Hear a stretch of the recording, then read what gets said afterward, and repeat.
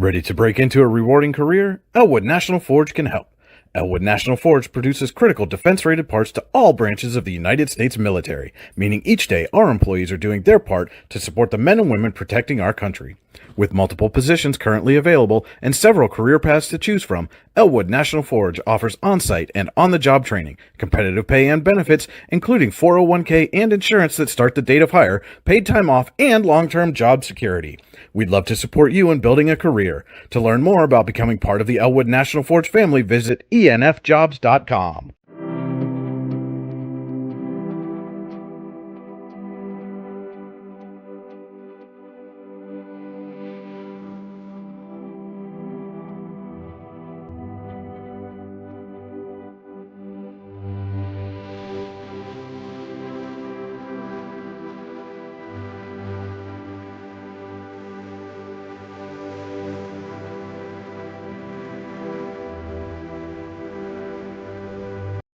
For all your automotive needs, look no further than the Warren Tire Center. From new tires to tire repairs, PA state inspections, wheel alignments, and auto detailing, there's so much more that we can do for you, and there's no reason to go anywhere but the Warren Tire Center in Warren, Pennsylvania. With over 40 years of serving the Warren and surrounding communities, it's always been a great day at the Warren Tire Center. We offer same-day service and walk-ins are welcome. Open Monday through Friday from 7:30 a.m. to 5 p.m., the Warren Tire Center can be reached at 814-723-8050 and on the web at warrentirecenter.com. You've got dreams, might even be something big. Imagine what you could do with the right solutions, secured against evolving threats, and set up to make the right decisions faster. At Acrisure, we help protect and grow everything you've worked so hard to build.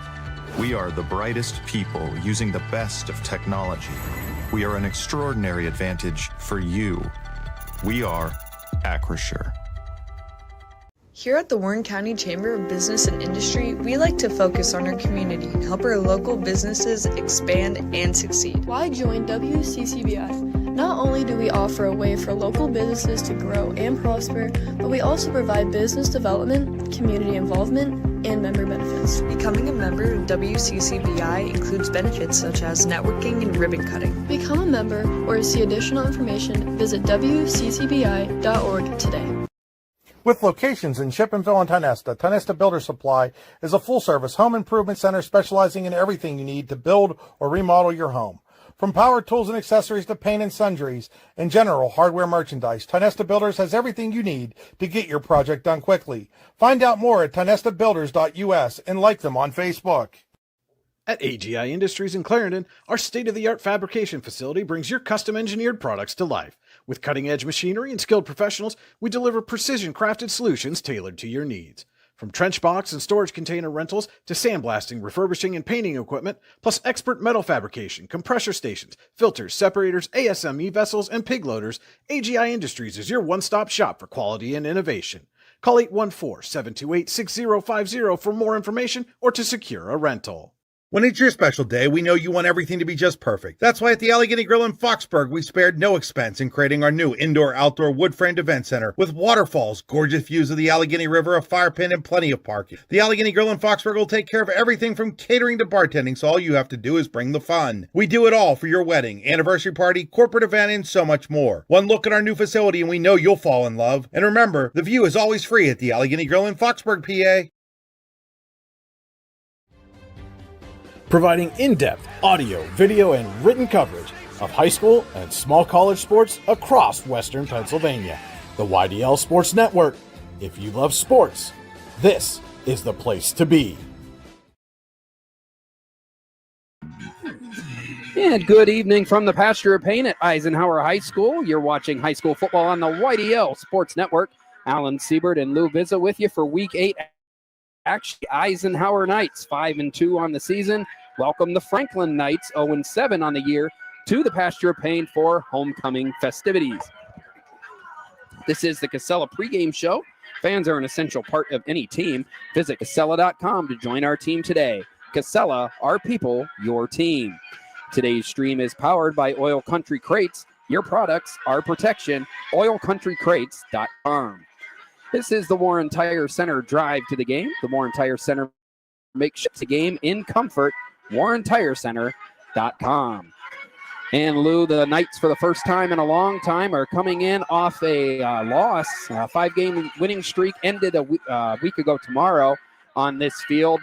Really a game that they could have won, a 21-13 loss to Seneca.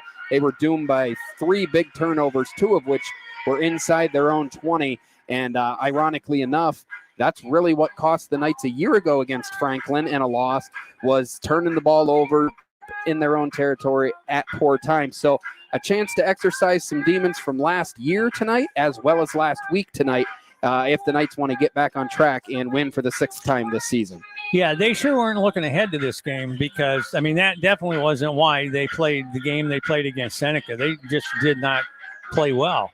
And, you know, sometimes you can play ugly and win ugly, and sometimes you can't. So last week it was just one of those games where they just made too many mistakes at the wrong time. Well, there's never a good time to make a mistake, but they made a wrong mistake at the wrong time, and it cost them really. And Seneca, you know, for a 2 and 4 team, yep, I thought played a pretty decent ball game. They did not make the mistakes that Eisenhower did, and you know, they hung in there and they made plays, and you know, and then like I say, and then that was that. But like I said before, this wasn't. And I said it was a trap game last week, which it was, but it wasn't because Eisenhower was looking forward to this game because Franklin hasn't won. In fact, you know, this is a team that Warren beat to stop their you know, their long losing streak. So, and I don't know if they've gotten any better, you know, in the last few weeks, or injury wise or otherwise. But you know, and this one is, it's going to be pretty simple. You got to get up quick, and you got to get up early, and you got to just keep your foot on the gas. And even though it may look ugly and there may be, you know, running clock in the second half, or you may get to it in the first half, that doesn't make any difference tonight. You got to right the ship, and this is a good game to hopefully right the ship with. Yeah, and you said it best there. You talked about a trap game, and this would probably be the definition of a trap game. Next week, a big showdown with Mercyhurst Prep on the road, and on paper, a very winnable game tonight. But again, that's exactly how you fall into a trap with that mindset. So maybe the loss last week will help the Knights avoid that a little bit, because it is so important for them to bounce back.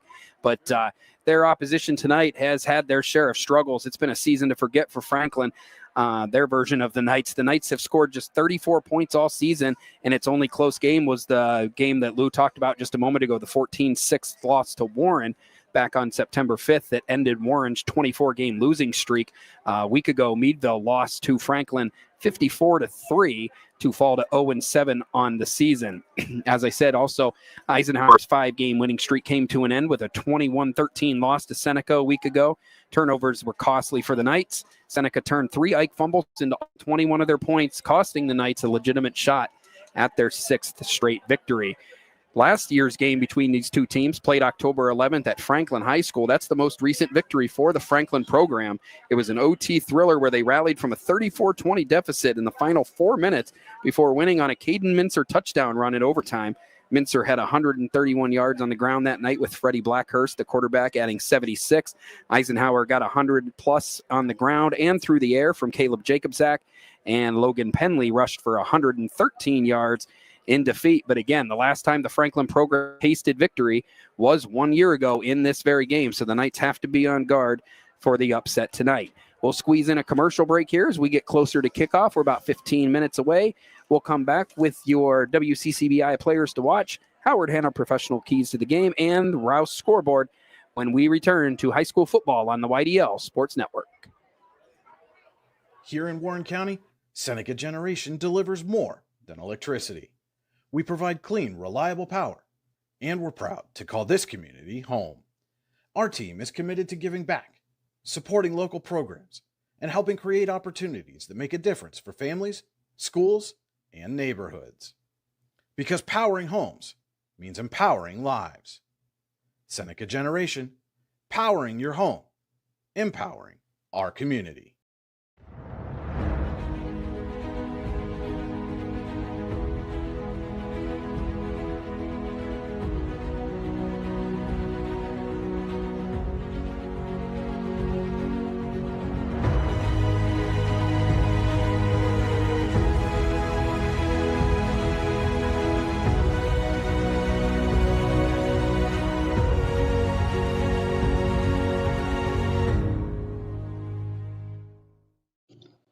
Icy Ink Screen Printing and Embroidery offers screen printing and embroidery on apparel as well as on cool gear like backpacks, window decals, and engraved tumblers.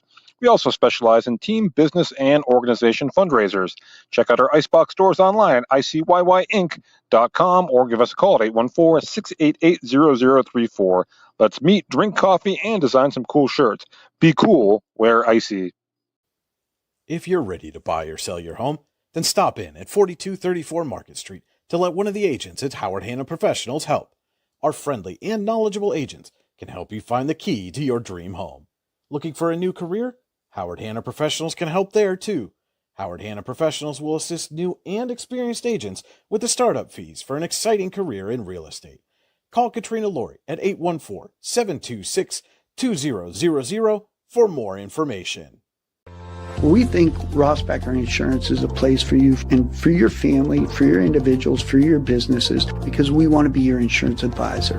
We're local, we're knowledgeable, we have contracts with all different insurance carriers to customize and fit the right insurance program for your needs. We're here, you can come sit down with us, talk to us one-on-one, sit across from the kitchen table, sit across from our desks, and we can give you good insurance advice, how you can save money, where you don't want to save money and skimp out on coverage. And so we're there to help balance that and give you good insurance advice, good risk management advice. So after you have a claim disaster, you can have confidence that your family, your businesses, your cars, your assets are best protected.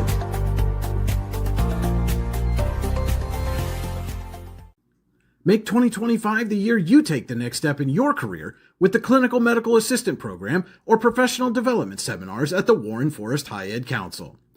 Learn how to make college affordable at the Financial Aid Seminar or grow your personal skill set with Fall Country Brunch and Event Planning Made Easy classes. Go to high-ed.org or call 814-723-3222 to register. The Warren Forest High Ed Council, your access to lifelong learning. And welcome back to Eisenhower High School, homecoming night here at the Pasture of Pain. And high school football on the YDL Sports Network. Alan Siebert and Lou Vizza here with you, bringing you the Casella pregame show and welcoming you into the AGI Industries Storage Containers broadcast booth. AGI Industries is your one-stop shop for quality and innovation. Call 814-728-6050 for more info or to secure a rental. Move on now to the WCCBI players to watch. Find out what the Chamber Advantage is all about at WCCBI.org. As I said earlier, Franklin's a team that has had its share of struggles and has been dealing with a bunch of injuries on the year. Junior quarterback Freddie Blackhurst is the team's leading passer, but he's only 11 of 41 for 176 yards with a touchdown and 6 interceptions. These stats, by the way, are missing games against Erie and Northeast that were not included in the stats provided. Junior Caden Mincer on the ground, 132 yards, 683 yards, by far the team's leading rusher. Nobody else on the team has even over. Wilmeth has 11 catches for 136 yards to easily lead the team in that category. For Eisenhower, Caleb Jacobzak, 30 of 65, 409 yards, 3 touchdowns, 4 picks on the year. Jacobzak also leads the team in rushing with 733 yards and 8 touchdowns. Logan Penley, 631 yards and 12 scores. And Nolan Giesing, who missed much of last week's game, has 44 carries for 254 yards and 5 touchdowns. Giesing and Penley share the team lead in receptions with 8. And Nolan Giesing leads the team in tackles. Gavin Lindemuth has 5 sacks. And Jacob Zach, 3 interceptions to lead the Eisenhower offense. So now we'll take a quick break here before we jump back into the keys to the game, and we'll have Lou take a look here at the Rouse scoreboard powered by Seneca Generation. Our scoreboard tonight is brought to you by Rouse. Rouse is caring for generations. Visit rouse.org to find out more. And our board is powered by Seneca Generation. Seneca Generation, powering your home, powering our community. All right, Lou, what's going on around D9 and D10 here tonight on this week 8? Well, I hope these are tonight's games. Because I'm not finding what I usually find, but I have Punxsutawney's at St. Mary's tonight. Punxsutawney comes into the game is undefeated 7-0. Smethport is at Union AC Valley. Otto Eldred is at Port Allegheny. Port Allegheny is also 7-0. That's on Saturday at 1:30. Du Bois is at Brookville tonight. Keystone is at Ridgeway. Bradford at Central Clarion. Clearfield is at Somerset. Cottersport is at Kane. Brashear is at Red Bank Valley. Cameron County is at Bucktail. Juniata Valley is at Kerwinsville. Monotau is at Union City. And more football. Let's see what else we got. The only one I know for sure is Warren is at Oil City. I do know that one for sure. So I know that one for sure. We get better score. I mean, at halftime. Yeah, halftime we'll take a look at the scoreboard for the week and get a little more of a. We'll have some scores and updates at that point too. So we'll squeeze in one more break here. We got about 7.5 minutes till kickoff. We'll return with a few brief Howard Hanna professional keys to the game and the opening kickoff. You're watching high school football on the YDL Sports Network. Founded in 1978 and headquartered in Warren, Pennsylvania General Energy has become a leading oil and natural gas producer in the Appalachian Basin. PGE is a proud and growing organization making positive contributions to the region's economy and environment. We are equally proud of our commitment to safety and environmental programs. PGE is a strong, family-oriented company that believes in giving back to the communities in which we live, work, and play. PGE, producing the energy we need, protecting the environment we treasure.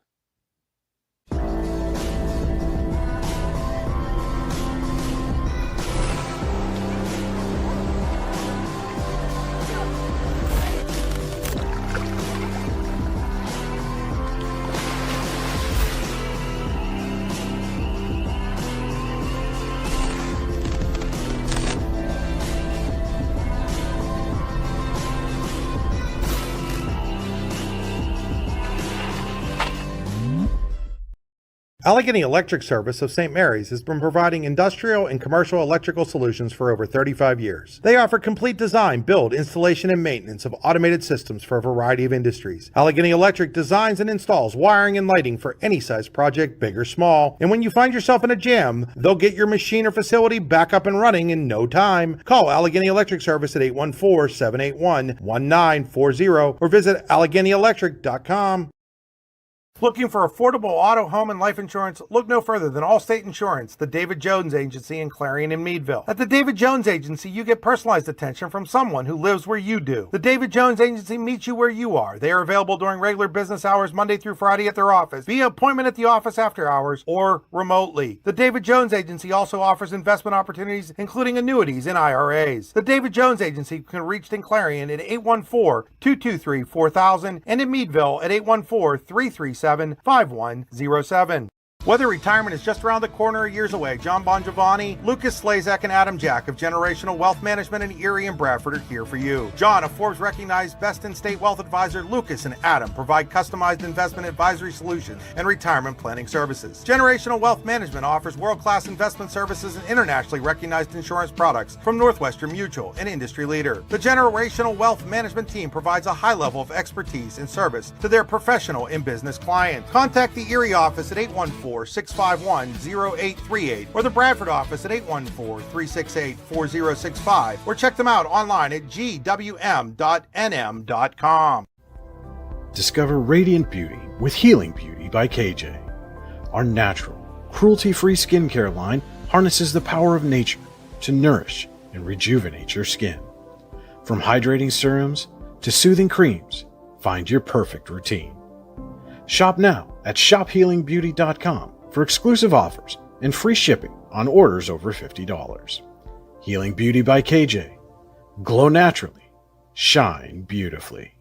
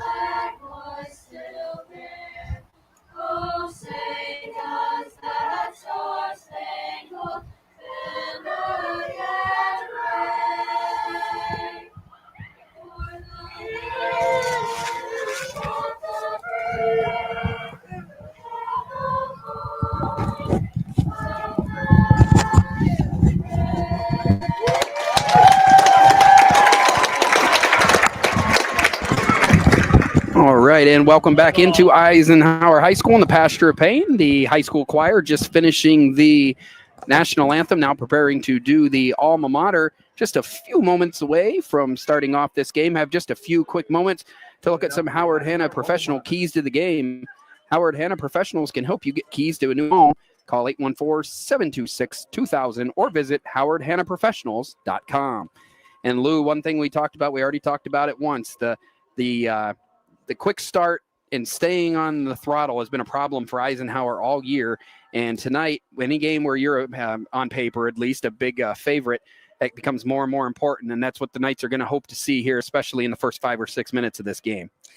No, yeah, no question. I waiting for they did the ceremonial toss the coin, but we didn't get the incidental. So they're doing it, again. So we'll see who's kicking, who's receiving.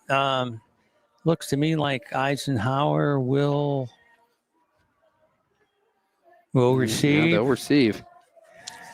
So. And they'll be receiving from. They'll be kicking away from the scoreboard. So Eisenhower will be coming out from the left to the right. Yeah. This you might as well just start right from the get and from the jump and just go get them right away and set a tone and set a precedent and get the momentum going. I mean, it's homecoming. There's a lot of people here. They got 9,000 cheerleaders, and it's one of those nights that this is high school football. Yeah, this is what it's all about. And it's great to see it. It's great to be a part of it. And I always enjoy when you get late in the season when you'd have to work. One of these games, the only bad thing about it was you go from 15 to a 20-minute half. And, and you're just going a little bit later into the night when other times you wouldn't be. So. Yeah, and I know one thing that the Youngsville High School now go to Eisenhower High School, and one thing they've never done is had a home school where there's a high school homecoming football game. They've had homecoming at Youngsville all their years that they've been there, but never, we haven't had a football team down in that town in a dozen years now. So This is a first for a lot of these kids from Youngsville, and it's got to be a pretty exciting night for the kids, not just on the field, but off the field as well. So we're about ready to go with the Elwood National Forge first quarter. It's never too soon nor too late to set another goal or dream another dream.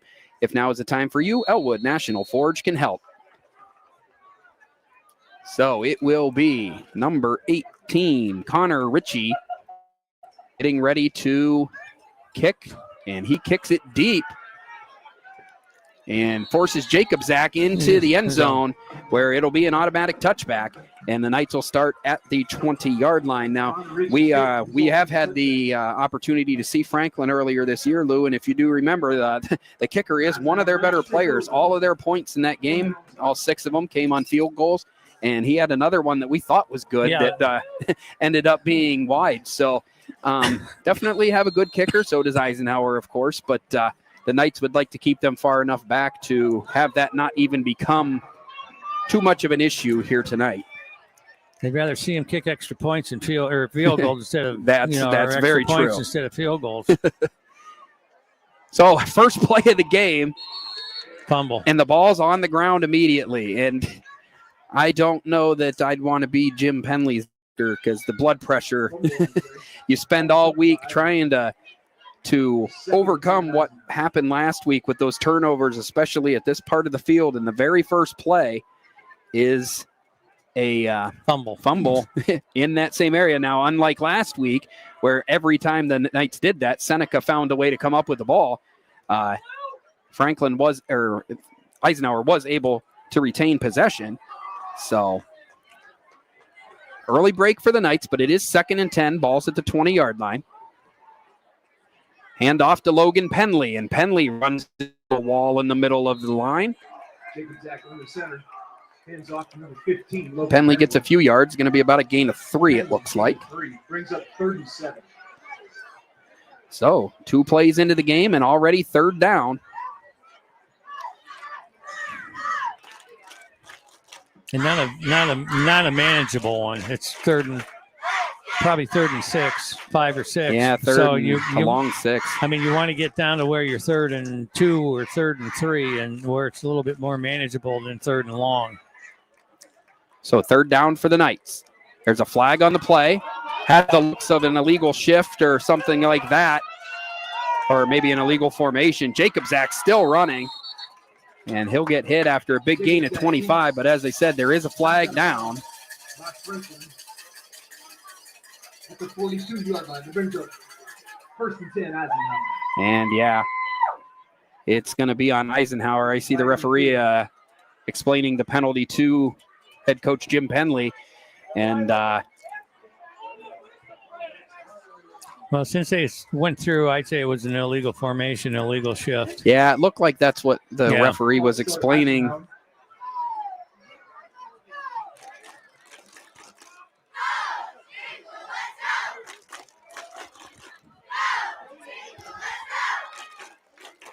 So a 5-yard penalty on the Knights, and that 26-yard gain on 3rd down from Caleb Jacobzak is erased.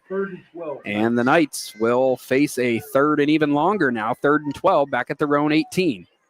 So all the things we talked about in pregame that you'd like to avoid, I think they've all happened in the first 3 plays or 3 snaps of the night. Jacobzak, keep it again.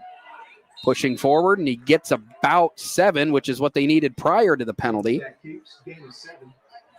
But he's tackled 5 yards short, and that brings up a 4th down. And Coach Penley quickly sends the punting unit on after a 3 and out for the Knights on the opening drive of the game.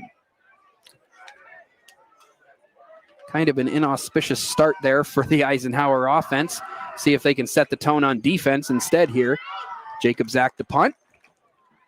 Gets it away. And it finally comes down and will go out of bounds at about the Eisenhower 46-yard line. So a mile high, but only about a 21-yard punt. And Franklin will start for the first drive of their night at the Eisenhower 46-yard line. The Franklin Knights take over. 1st and 10, Franklin. And so we'll see what the Knights, the Franklin variety, have up their sleeves here offensively.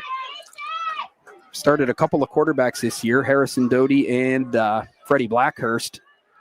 Waiting to see who's taking the first snaps of the night. And that's Caden Mincer. And Mincer's down the sideline already and into the end zone. And you want to talk about getting smacked in the mouth right from the start. The Eisenhower Knights watch Franklin go 46 yards in one play and take a 6-0 lead here on homecoming night at Eisenhower High School. The score, Franklin 6, Eisenhower 0. And that was number 7, the freshman Harrison Doty, taking the snaps. But that was all Caden Mincer, the junior. He's been by far their leading rusher this year, and shows you why on that play, going 46 yards, virtually untouched. I'm speechless. Yeah, not what I expected out of the first 2 minutes of this game. We went down and watched Eisenhower play Franklin, or Warren rather, play Franklin earlier this year, and Franklin in 2.5 minutes has already scored more points than they scored in that game. So with 9 minutes and 32 seconds left in the Elwood National Forge first quarter, the Franklin Knights have an early 7-0 lead on the Eisenhower Knights. We'll be back in 30 seconds with more high school football on the YDL Sports Network.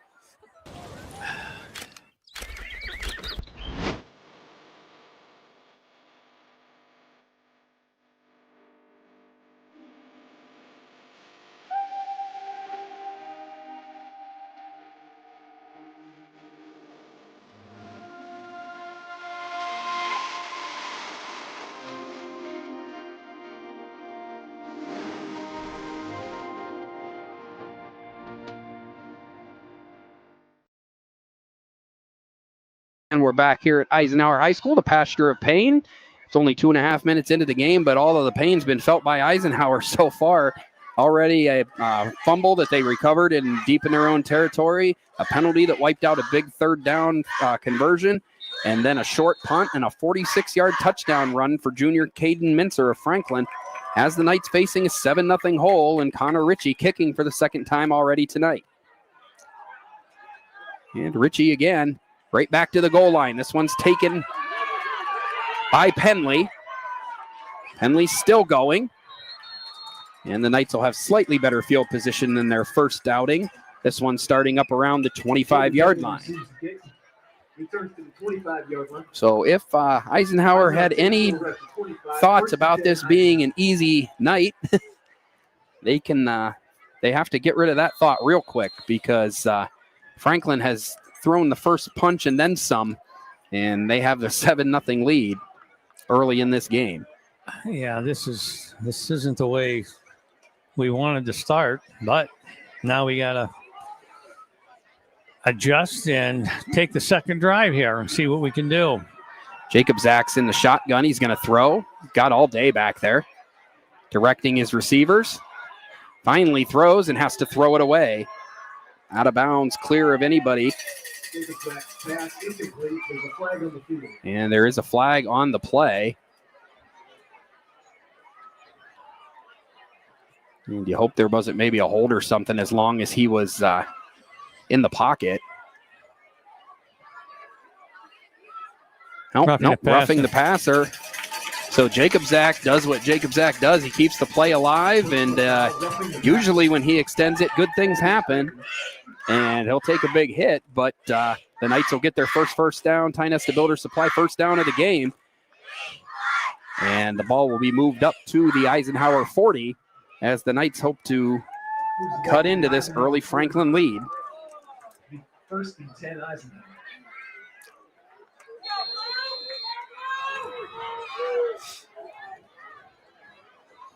Plenty of scoring in this game a year ago, 40-34 in overtime. 7-0 already, and the Knights trying to even things up. There's a handoff to Gelati.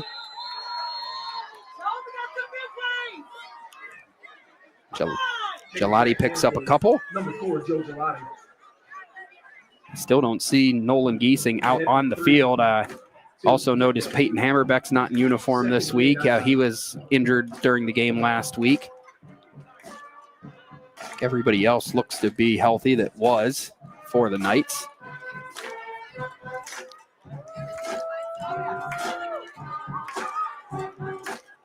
Jacob Zest got 2 wide receivers outside, Hudson Haight and Ben Lindbergh. Jacob Zach keeps it and then pitches to Penley. Penley upended hard, about a yard shy of the first down. Big hit there from number 4, Freddie Blackhurst. He was the team's quarterback for much of the season, and now taking some of that frustration out on defense with a big hit of Logan Penley. Jacob Zach did a nice job on that option play. Took it away from the dive, made a nice pitch, and we got a good gain. Now we're 3rd and manageable, 3rd and 1. Yeah, you like that a lot more than the 3rd and 7 and 3rd and 12 they faced on the last drive. Jacob Zach keeps it himself, and he's got all he needs and more, and one shoestring away from tying this game. He's got 10 yards and a Ty Nesta Builder Supply first down. So you've said it a lot this season, Lou. You don't call a play, you call a player in that situation, and that's exactly what Coach Penley did. Said, Jacob Zach, take the ball, take the snap, and go get a first down. That's football 101. I was going to say, sometimes it is that simple. It is. Sometimes you just got to say, just keep it simple, stupid. Yep. You know, the KISS method. Yep. Ball at the 41-yard line. And an end around to Hudson Haight. Haight's got room. And he drops the ball in it. And now I believe the Franklin player was stepping out of bounds before he got the ball. Eisenhower will retain possession. And another good break for the Knights, because Haight went from looking like he was going to have an easy first down to almost turning the ball over. But Franklin, though recovered the ball inbounds, his feet were out of bounds when he dove on there. And 2nd and 3 Eisenhower.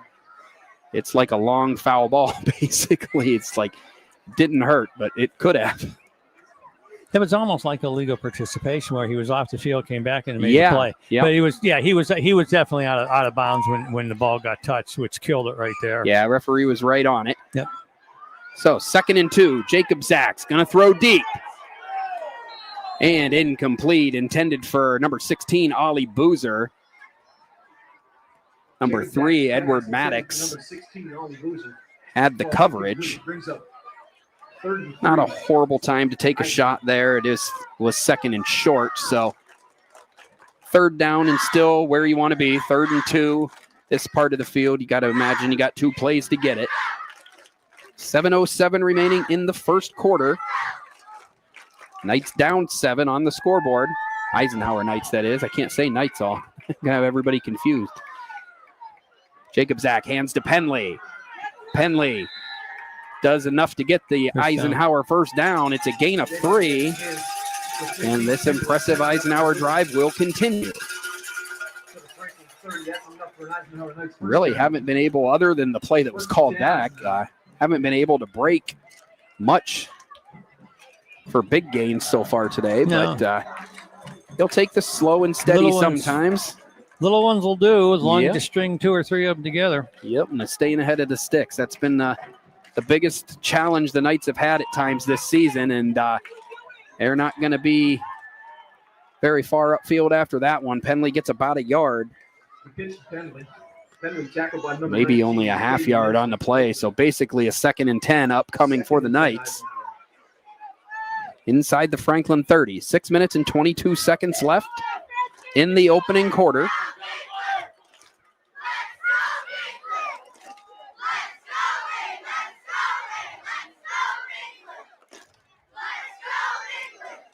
Ball at the 29-yard line for the Knights of Eisenhower.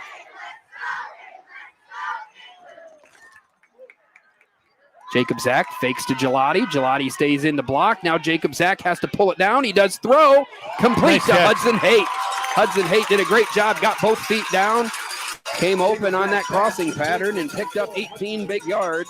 And a Tie Nesta Builder Supply first down for the Knights. Great job keeping your eye on the ball and getting your feet in. Did a great job. Good catch. Yeah, and that's something you need with you. Like I said, it doesn't look like, Giesing is in uniform, but he didn't play much last week, and he's not in his normal places here today. You need other people to step up, and Hudson Haight's one of those names that now we do have not sure what we got. We got a malfunction with the chain. Oh, yeah, we broke the chains. You better always carry a zip tie in your pants pocket. That's a staple. Looks like we are scrambling for some equipment to fix the chains, so we'll take a short break, 30-second timeout. 5 minutes and 53 seconds remaining in the Elwood National Forge first quarter. Franklin leading Eisenhower 7-0. You're watching high school football on the YDL Sports Network.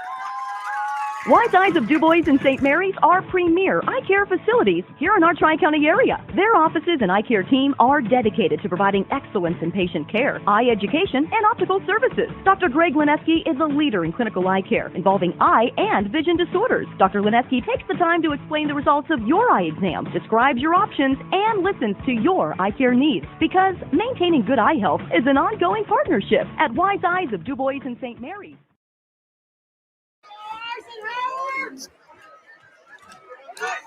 Back here at Eisenhower High School. 7-0 lead for Franklin, but Eisenhower threatening after the 18-yard catch from Caleb Jacobzak to Hudson Haight. Jacobzak hands to Penley. Penley's got room. He's still going inside, down around the 3-yard line. Gain of 8 on the play, and the Knights have a 2nd and short from the 3-yard line. Trying to score for the first time tonight with 5.5 minutes remaining in the first quarter.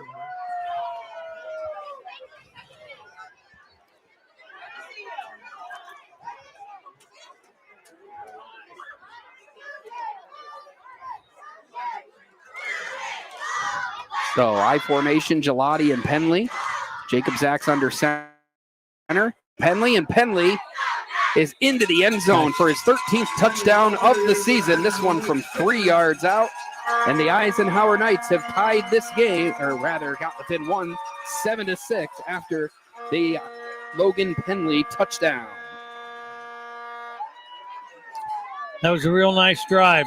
We had the aid of roughing the passer, but other than that, it was just slow, steady, 4, 5, 6 yards a pop. Big, nice catch on a pass play. And Wilkins able to send the kick through. And the Eisenhower faithful have come to their feet. This game here on homecoming night at the Pasture of Pain is all tied up. We'll take a 30-second break and return with more high school football on the YDL Sports Network. At AGI Industries in Clarendon, our state-of-the-art fabrication facility brings your custom-engineered products to life. With cutting-edge machinery and skilled professionals, we deliver precision-crafted solutions tailored to your needs. From trench box and storage container rentals to sandblasting, refurbishing, and painting equipment, plus expert metal fabrication, compressor stations, filters, separators, ASME vessels, and pig loaders, AGI Industries is your one-stop shop for quality and innovation. Call 814-728-6050 for more information or to secure a rental. And back here at Eisenhower High School in the Pasture of Pain, Alan Siebert and Lou Vizza with you. High school football week 8. Eisenhower and Franklin all tied up at 7, just under 7 minutes into this game. Eisenhower's run the majority of the plays in this game. Franklin's only run one play, but it was a 46-yard touchdown for their standout running back, Caden Mincer. And now Eisenhower's defense will look to have a little more success this time around. That ball on the ground and down the 33-yard line, recovered by number 44, Luke Marsteller. And that's a conversation we seem to have weekly, Lou, is Eisenhower doesn't seem to like to kick the ball deep. I don't know if it's like a lack of trust in the coverage or what, but a lot of times they give decent field position to their opposition because they choose to kick it short. You know, I want to say like they really feel like they're out kicking the coverage. Mm-hmm. Well, get 10 other guys that can run faster. Yeah. So Doty's in the shotgun and he's going to pass, and it's complete. Caught by number 2, Jaden Wilmuth. And Wilmuth second down and about 1 after the 9-yard gain.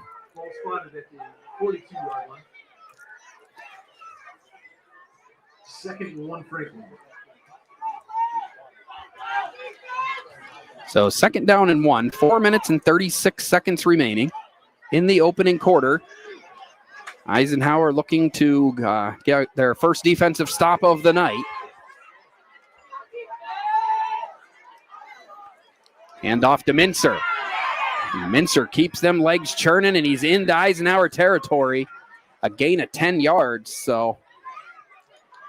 And we briefly talked off air during the commercial there, Lou. That's one thing the Knights are going to have to get under control. Mincer's a strong runner, and he's only had a small sample size so far, but he's kind of doing whatever he wants right now. Yeah, you almost got to put a spy on him. You know, you got one guy just keeping their eye on him and just following him and spying him. And, the linebacker or defensive back or something, it's almost like a boxing one on basketball because they haven't shown anything else besides him running. I can't think of a better spot for Nolan Giesing to be if he were healthy. That's his spot, middle of the field. And they go to somebody other than Mincer here. They go to number 8, Connor Johnson. And you can see the difference in result. Johnson picks up a couple yards, but not much. The explosiveness of Mincer is what Franklin's going to have to rely on. And if the Knights want to win this game, they're going to have to contend with that for sure.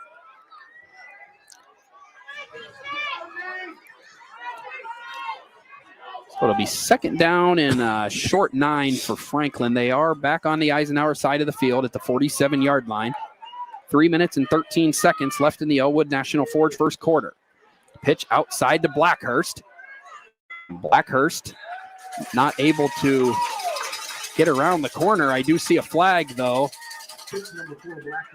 And you got to wonder if that's in the area of maybe a face mask or something, just based on where it came in.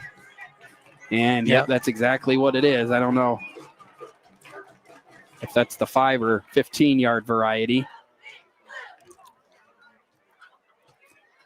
And it's a shame for the Knights because they had another nice stop, and they were going to have the Franklin facing a 3rd down and 8, but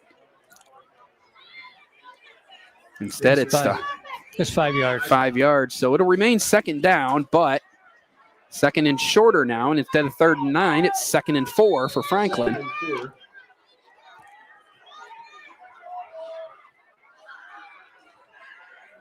Pitch to Mincer. And much better job that time at containing. Gavin Lindemuth set the edge, and then Jacob Zach was there, and others helped bring down Mincer after no gain.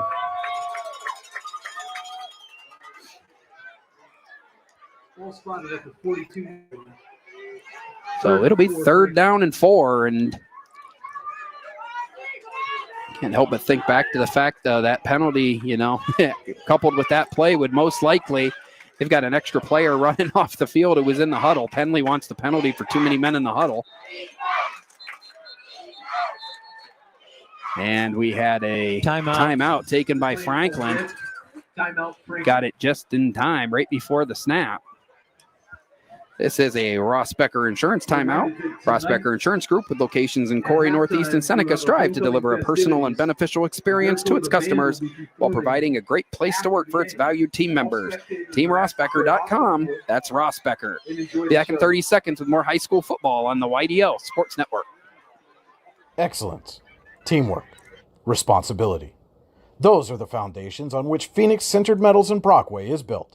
Phoenix is a Verischetti family-owned powder metal manufacturer committed to being an industry leader through excellence, innovation, and continuous improvement.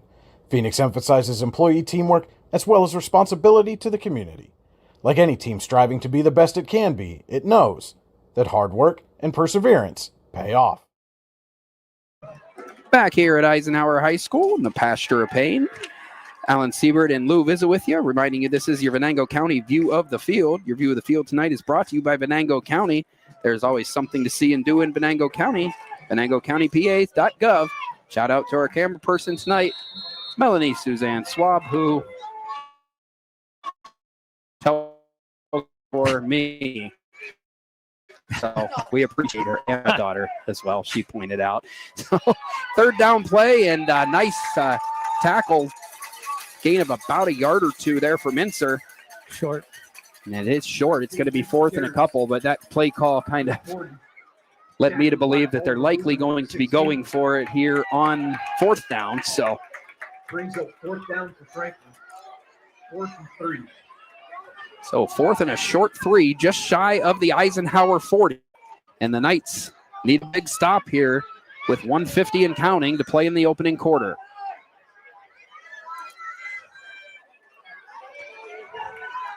And we'll see if, much like the Knights tend to do, if they will go with the player here, Lou.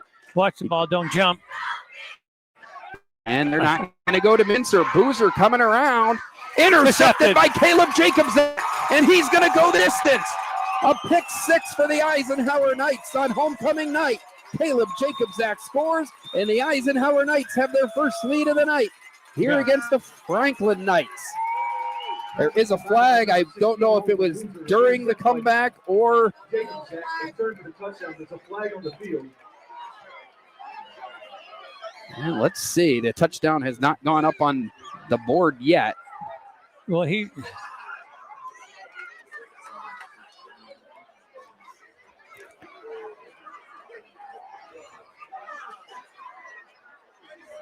Bryce Colson telling him, come on down here. So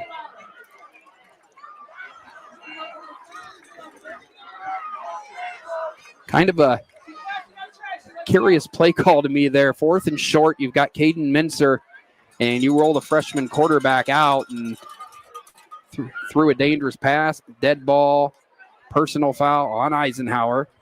So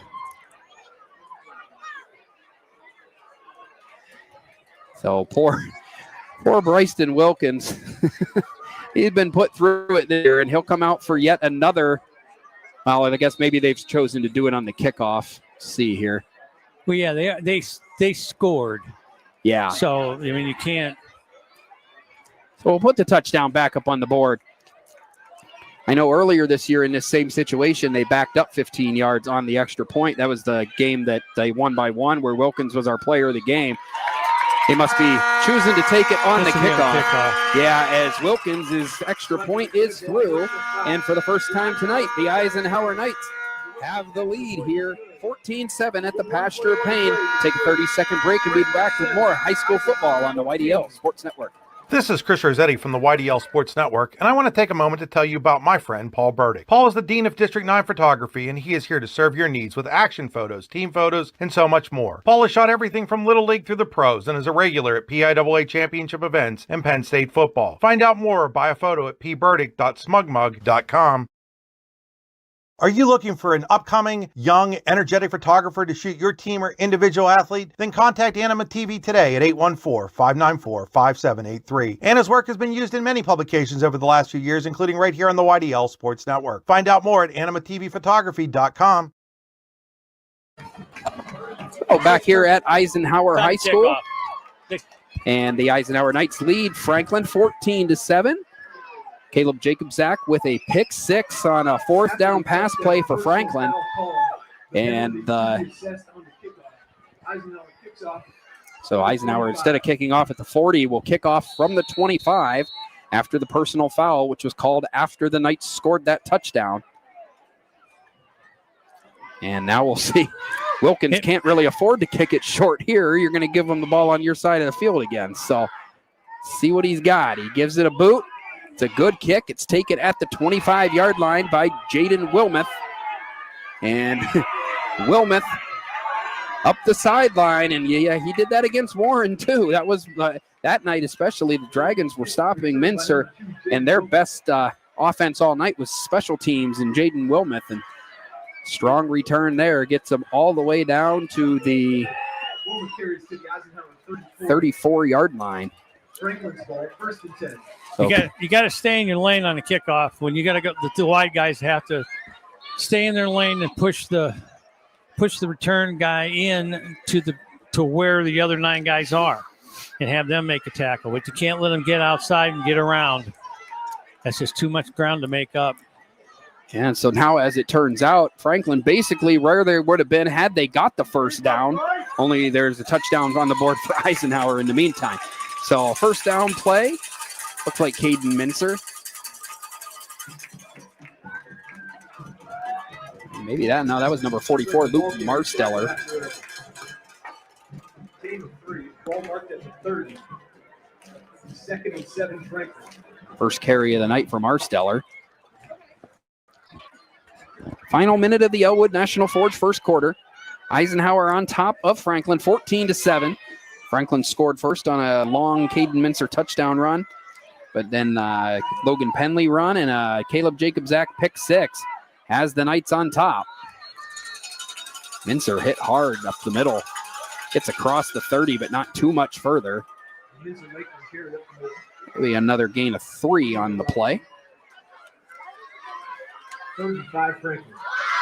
And if Franklin so chooses, that could be the final play of the Elwood National Forge first quarter.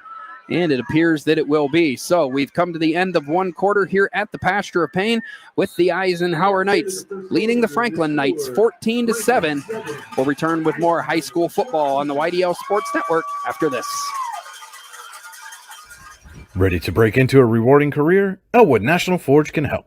Elwood National Forge produces critical defense-rated parts to all branches of the United States military, meaning each day our employees are doing their part to support the men and women protecting our country.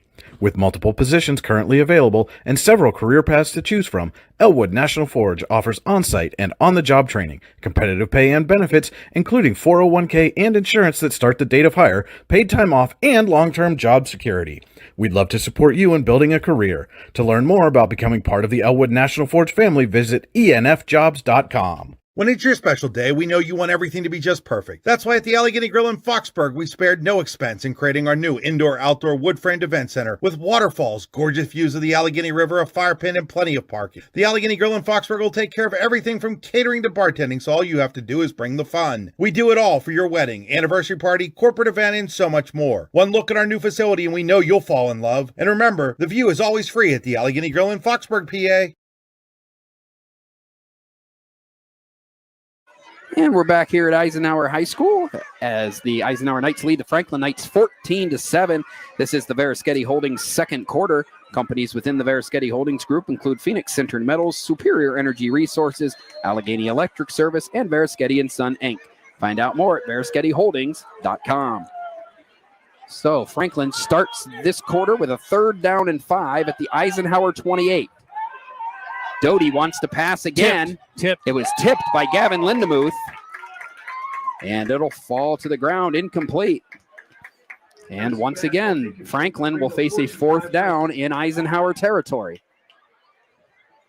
And yeah, this is something we noticed too in that first game, Warren against Franklin.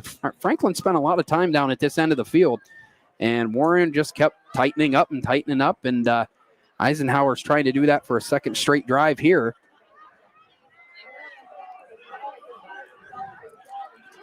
Fourth down and 5, ball at the 25. This time they do hand it off to Mincer, but he's not going anywhere. Eisenhower there for the stop. And the Knights will take over on downs as Mincer stopped for no gain. And after getting 56 yards on his first 2 carries of the game, just 5 yards on his last 4 carries now as the Knights defense is stiffened. And now the offense will get a chance to take back over with 11 minutes and 44 seconds remaining in the first half. Maybe they put a spy on him. It might have heard you. That was a good pursuit from the inside. I mean, the defensive line just held their blocks and just followed the ball and made a nice play. So the Knights take over at their own 29. Logan Penley starts this drive with a carry, and it's a nice gain, positive yardage up to about the 33, gain of 4.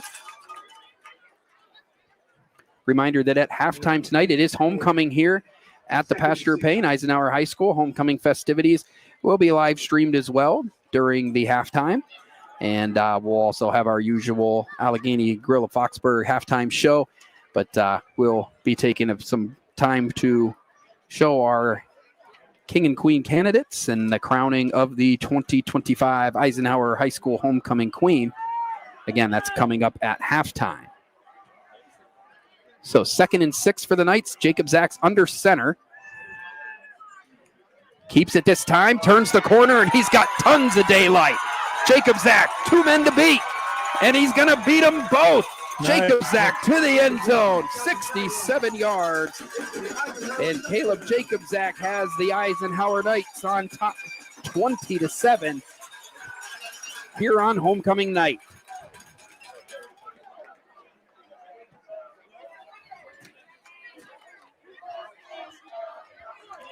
So 10:48 left in this first half. Jacob Zach in the last 2 minutes of game time, 3 minutes of game time, maybe a 63-yard pick six and a 67-yard touchdown run.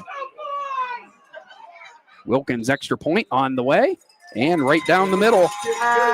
So with 10:48 remaining in the Veriskety Holdings second quarter, the Eisenhower Knights lead the Franklin Knights 21-7. You're watching high school football on the YDL Sports Network.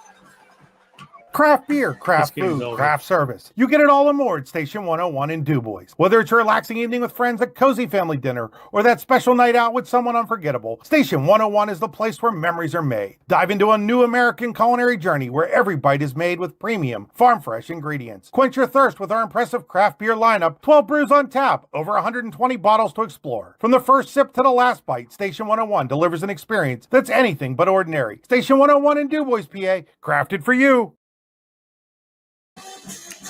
Welcome back to Eisenhower High School. The Eisenhower Knights have scored 21 unanswered points to take a 21-7 lead over the Franklin Knights here on homecoming night at Eisenhower.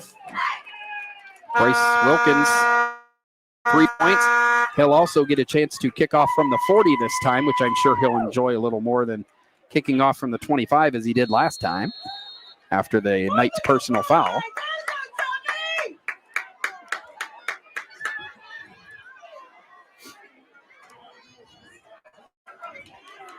And the biggest thing they have to avoid here is probably Jaden Wilmuth, who's returned well all season.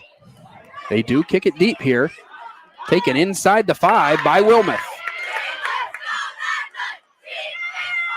And he's trying to get outside. And he ran a long way to get across the 20. I was just going to say he ran 62 yards to get 20. And all that, and still he was only one or two people away from breaking that through. So Franklin will start this drive at the 23-yard line. And it's kind of now or never time for Franklin. That 7-0 lead that they had the first 2.5 minutes of this game, the 3 and out, and then the long touchdown run, a distant memory, because over the last 11 minutes of game time, the Knights have scored 21 unanswered and have the 14-point lead. And the defense back on the field already scored one defensive touchdown. Hand off to Mincer. And Mincer, strong run that time. Gets across the 30. That's a gain of about 8. Get the feeling that Caden Mincer is going to be a tired boy by the end of the night. Franklin 31 brings up. It's already been called on to carry, I guess only 7 times, but that's about 65% of their plays. So second and short for Franklin, just across the 30-yard line. They hand to Mincer. There's a flag down on the far side of the field. And this could be coming back. It could be a legal shift or a legal formation. And number 19, Caden Mincer Lakeland, limping off the field for Franklin. A team that already facing, they have a much smaller roster, Lou, than they did against Warren earlier this year.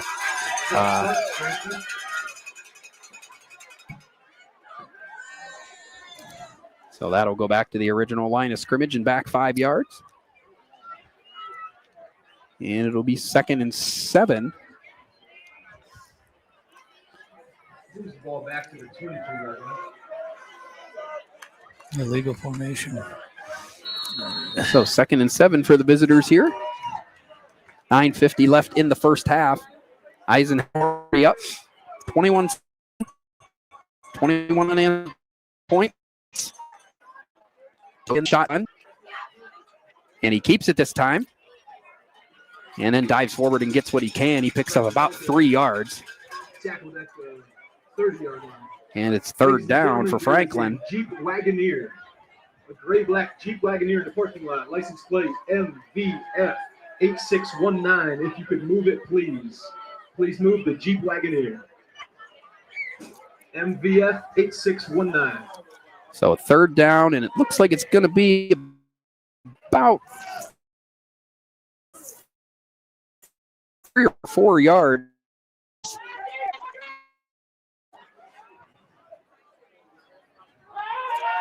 Doty wants to throw. Does so. And I haven't seen any indication. It was complete. Number 89, Anthony Martin, made the catch. It is 4th down, but it is very close. Brings up 4th and 1 Franklin. Made a nice sliding play, and see what Franklin wants to do here. You hate to turn the ball over this deep in on the field, but it's also 4th and less than a yard, and you're desperate for any kind of offensive production here. So 4th and 1 from the 32. They hand off to Connor Johnson, and Johnson keeps his head down and does a nice job. Johnson, the ball carrier, just kind of put his head down and burrowed his way through until he fell to the ground, and the gain of 3 and a Ty Nesta Builder Supply 1st down for Franklin, rather. I still don't like those plays. When you're short, especially on 4th down, you're 4th and 1 and you're 6 yards deep in the backfield. Yeah, the shotgun. So you're not 4th and 1 anymore. You're 4th and 7. Yep. Yeah, and Johnson really, he was fortunate to get through there. There was a lot of traffic. He very easily could have been stopped there. They hand off to Mincer this time. Mincer still going into Franklin territory. And there is a flag on the play. Behind the play, could be a hold.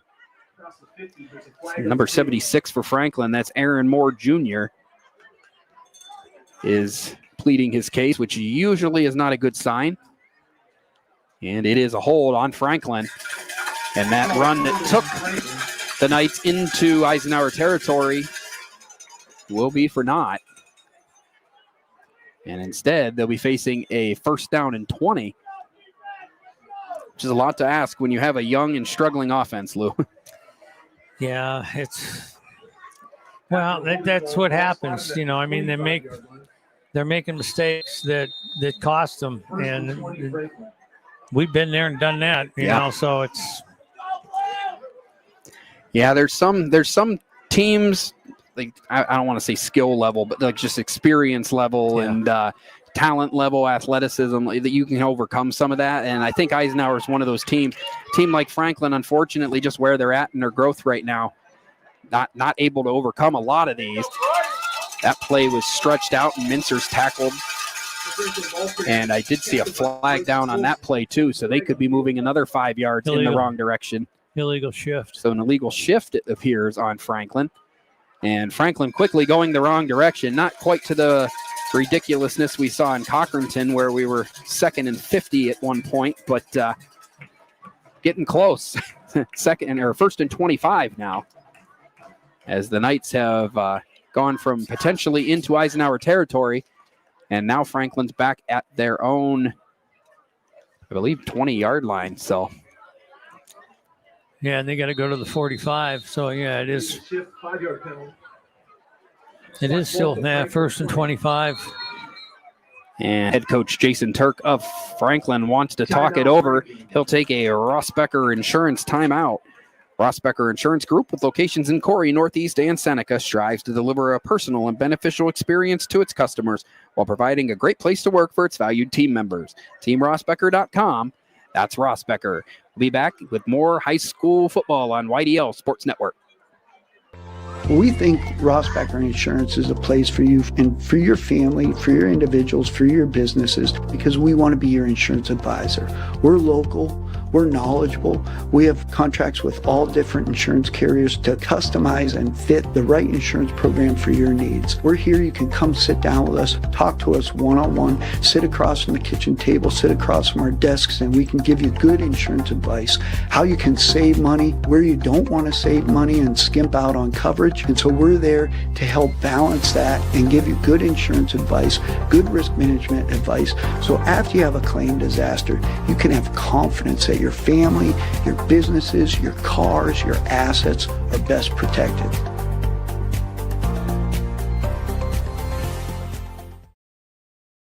Welcome back to Eisenhower High School in the pasture of pain. Eisenhower has a 1st and 25 forced against their opponent, Franklin.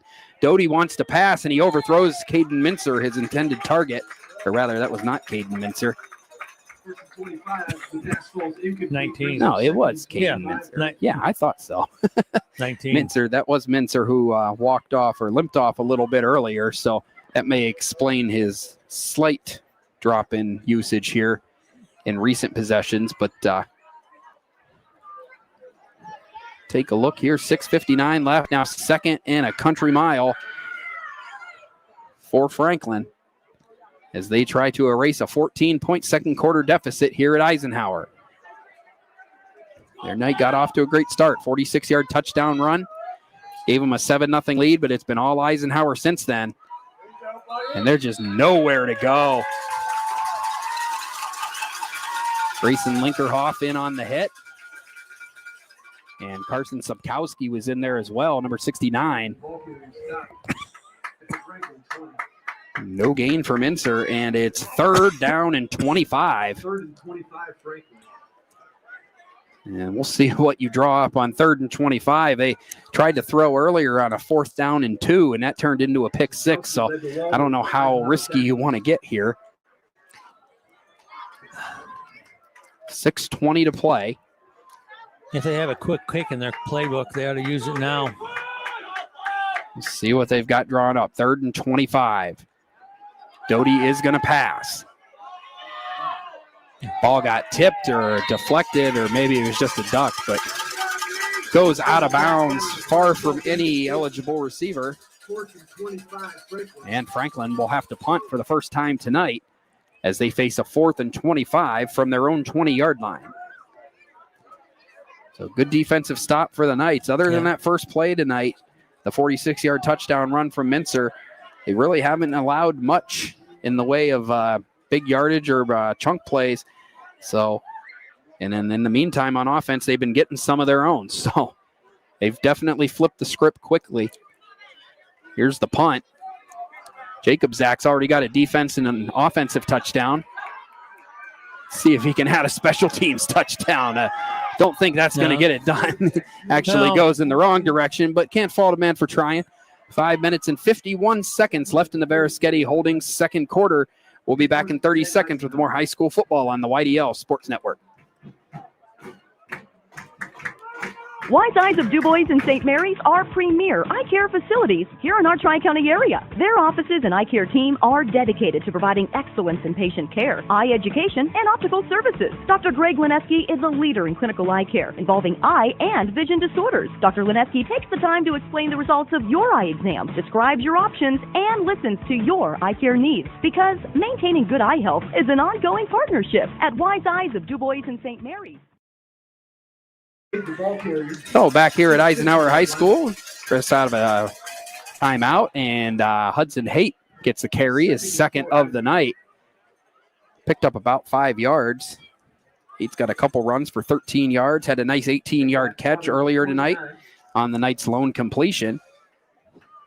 So the senior getting his touches here, and a 2nd down and 5, just shy of midfield for Eisenhower with 5:18 and counting left until halftime. I formation, there's the pitch to Penley. Penley cuts it up, keeps the legs churning, and picks up a Ty Nesta Builder Supply first down, gain of 10 for Penley. And it'll be first down at the Franklin 41. That's good for a first down. As Eisenhower tries to extend this lead that they've built in the opening half.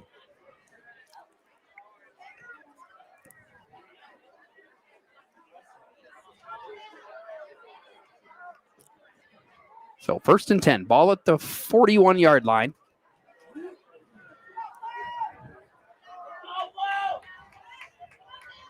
Hudson Haight in motion. Nice pitch there to Penley over top of a defender, but there is a flag down in the backfield. And it's an illegal shift on the Knights. Illegal shift called against Eisenhower. So they'll back up a few more yards and have another crack at first down. But now it's 1st down and 15. There's been a set of Nissan car keys handed into the press box. If you are missing your Nissan car keys, please report to the press box. So 1st down 15 for the Knights. They lead 21-7 here on homecoming night and are trying to add more before the half. After the penalty of 1st and 15, Eisenhower. Penley gives the play call to Ollie Boozer, who runs it into the huddle.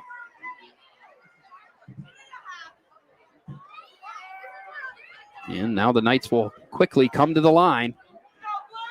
Hands up for the back judge. Jacob Zach needs to snap it, gets it off just in time with the pitch to Penley. Penley, nice patient running.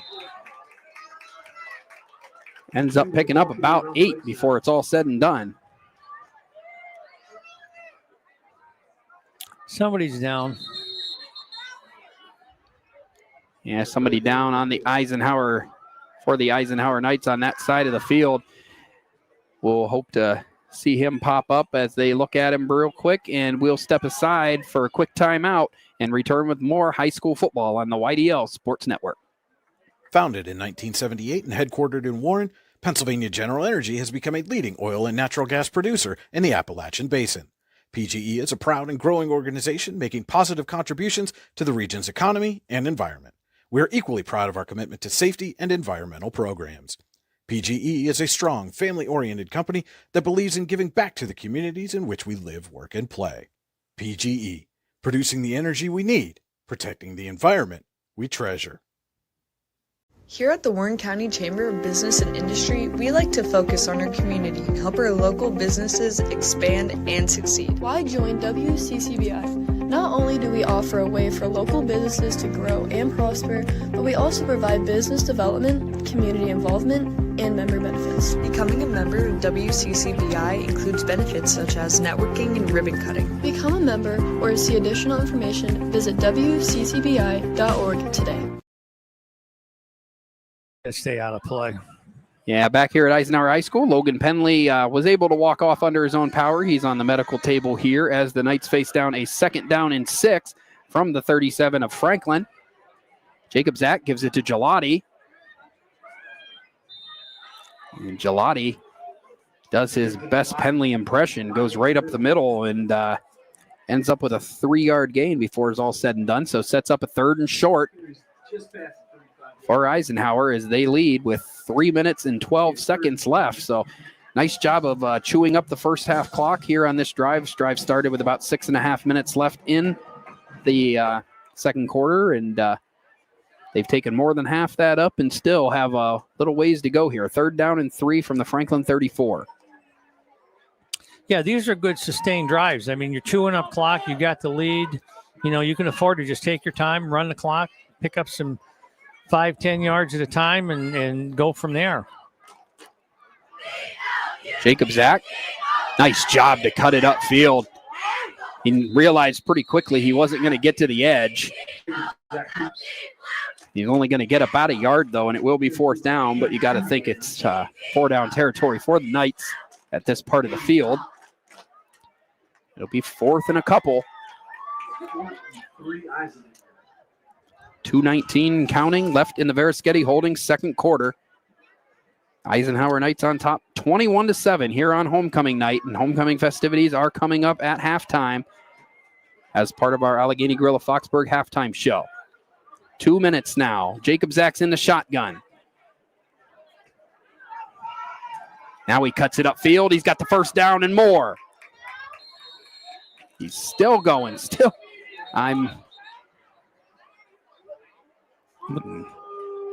Would they blow the whistle?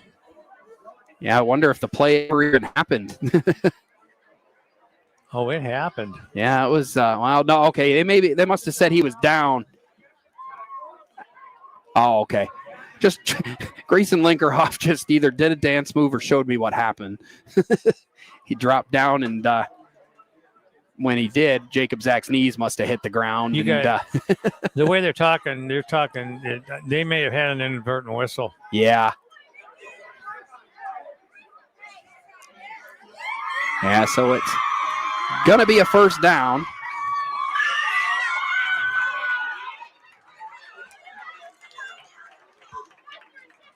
A gain of 8 for Jacob Zach, but it could have been a lot more without the whistle. But nonetheless, they'll take the 1st down. Ball's at the 25-yard line. Jacob Zach wants to pass. He looks, he throws, complete, touchdown. Number 9, I believe that's Gavin Lindemuth. Touchdown of the season, and with 1:35 left in the opening half, the senior gets on the board with a touchdown, and the Knights lead 27-7 here at the Pasture of Pain. So they have not had to throw the ball much tonight, but when they have, it hasn't been too bad.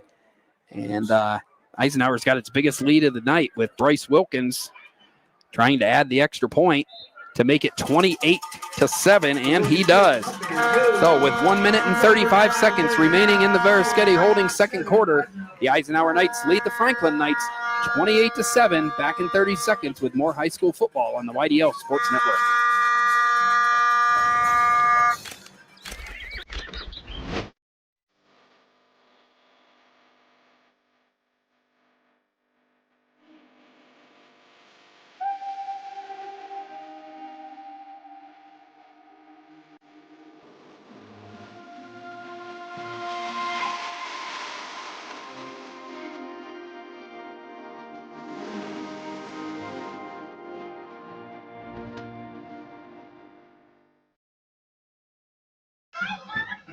And back here at the Pasture of Pain, Eisenhower just extended its lead from 21-7 to 28-7 on the strength of a 25-yard touchdown pass from Caleb Jacobzak to Gavin Lindemuth. Lindemuth, the senior, his first touchdown of the season.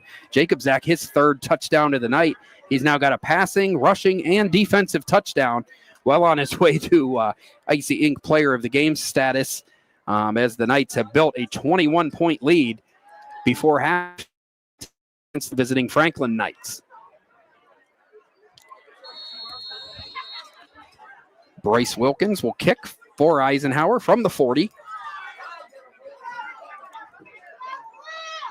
So the Knights will try to finish this half on a high note. It's a short kick, but it does take an Eisenhower bounce, but right into the hands of Freddie Blackhurst. And Blackhurst is tackled by Boozer at around the 40-yard line. So Franklin will have to go 60 yards in 88 seconds.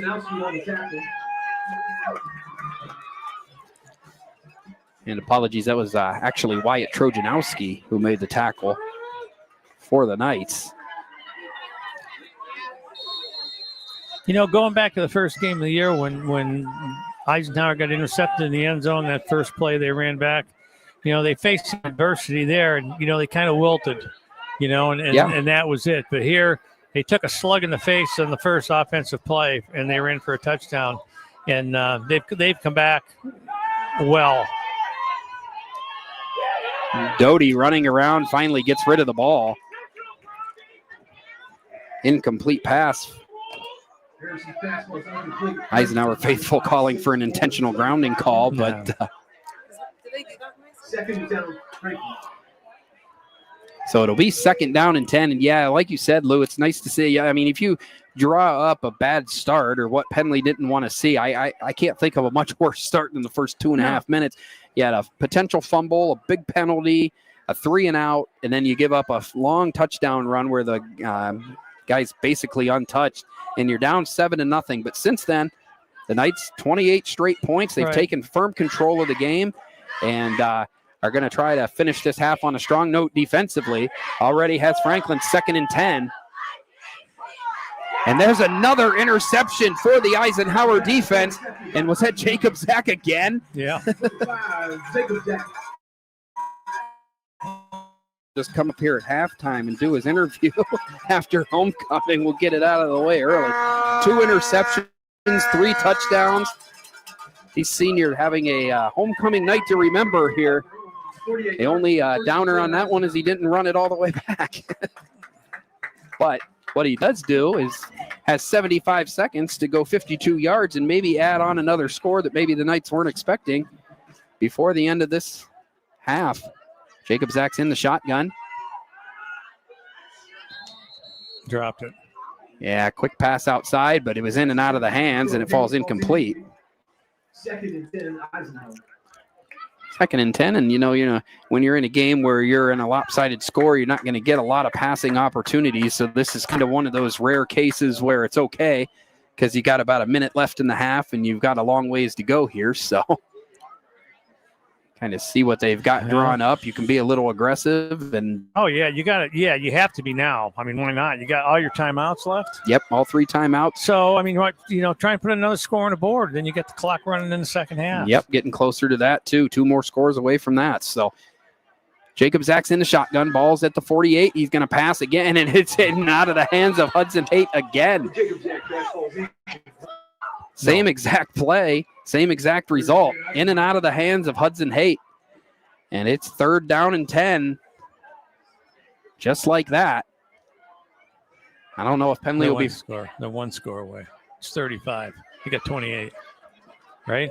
Yeah, but Franklin has 7. Oh, that's right. Yeah. That's right. First I forgot about that. Yeah, you're right. It was so long ago. It's so much. Senior. Like a different senior moment. It's all right. We all have them. Yeah, you're right. I do have them. 3rd and 10 now for the Knights.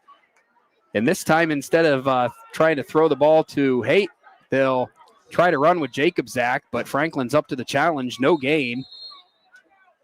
And Franklin now takes a timeout and thinks about maybe trying to save some time for themselves.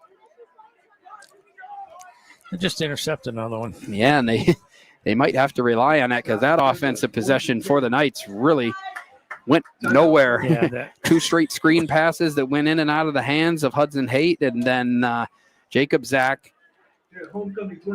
coming around and not being able to get free and down the field.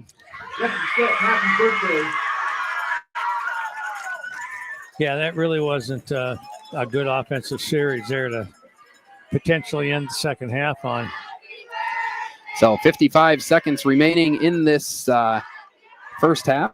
Cheerleaders sing happy birthday to one of their own down here on the track. And one thing that this elongated end of the first half is doing is making people wait a little longer to see who's going to be crowned the 2025 homecoming queen. Again, that's coming up as part of the Allegheny Grill of Foxburg halftime show. Right now, the Eisenhower Knights are going to punt. Jacob Zach's back to punt. Ball's at the 48-yard line. 55 seconds left. Franklin now out of timeouts.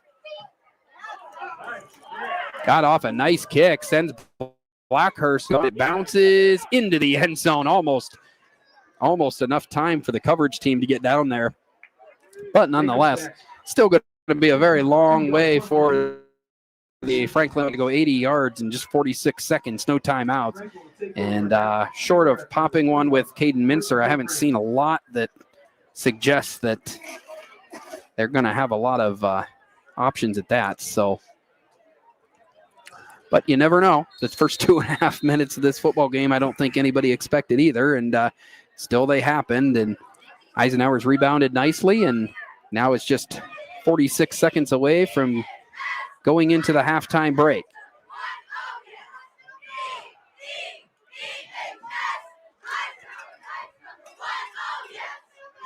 Handed outside to Mincer, and Mincer almost got free.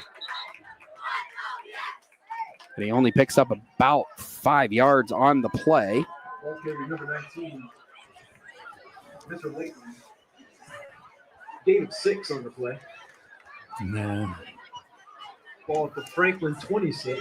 Second down and 4, ball at the 26. Don't seem to be in a ton of hurry. They will maybe run one more play here.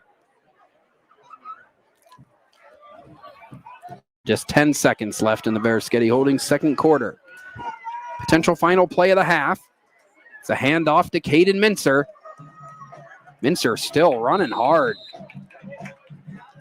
Picking up about 11 and getting a Tionesta Builders Supply first down. But unfortunately for Franklin, that will be spoiled by the end of the half. So we've come to the end of the first half here at Eisenhower High School with the Eisenhower Knights leading the Franklin Knights 28-7. We'll be back with the Allegheny Grill Foxburg halftime show and homecoming festivities after a short 4-minute break. You're watching high school football on the YDL Sports Network. For all your automotive needs, look no further than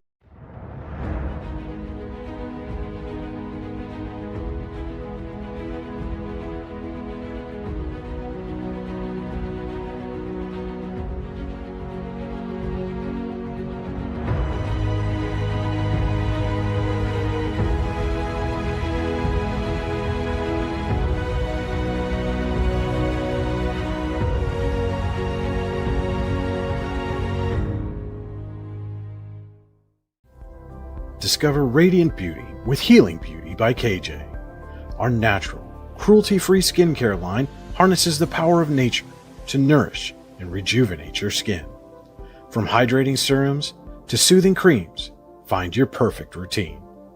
Shop now at shophealingbeauty.com for exclusive offers and free shipping on orders over $50. Healing Beauty by KJ. Glow naturally. Shine beautifully. Icy Ink Screen Printing and Embroidery offers screen printing and embroidery on apparel as well as on cool gear like backpacks, window decals, and engraved tumblers. We also specialize in team, business, and organization fundraisers. Check out our Icebox stores online at ICYYInc.com or give us a call at 814-688-0034. Let's meet, drink coffee, and design some cool shirts. Be cool, wear Icy.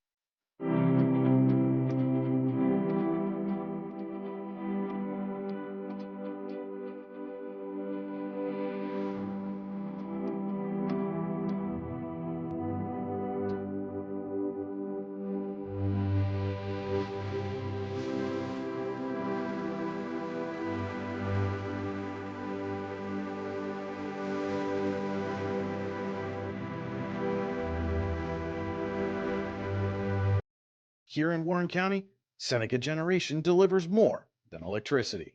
We provide clean, reliable power, and we're proud to call this community home. Our team is committed to giving back, supporting local programs, and helping create opportunities that make a difference for families, schools, and neighborhoods. Because powering homes means empowering lives. Seneca Generation, powering your home, empowering our community. You've got dreams, might even be something big. Imagine what you could do with the right solutions. Secured against evolving threats and set up to make the right decisions faster. At Acrisure, we help protect and grow everything you've worked so hard to build. We are the brightest people using the best of technology. We are an extraordinary advantage for you. We are Acrisure. At AGI Industries in Clarendon, our state-of-the-art fabrication facility brings your custom-engineered products to life. With cutting-edge machinery and skilled professionals, we deliver precision-crafted solutions tailored to your needs.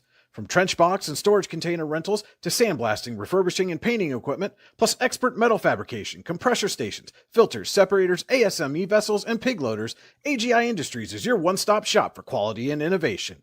Call 814-728-6050 for more information or to secure a rental.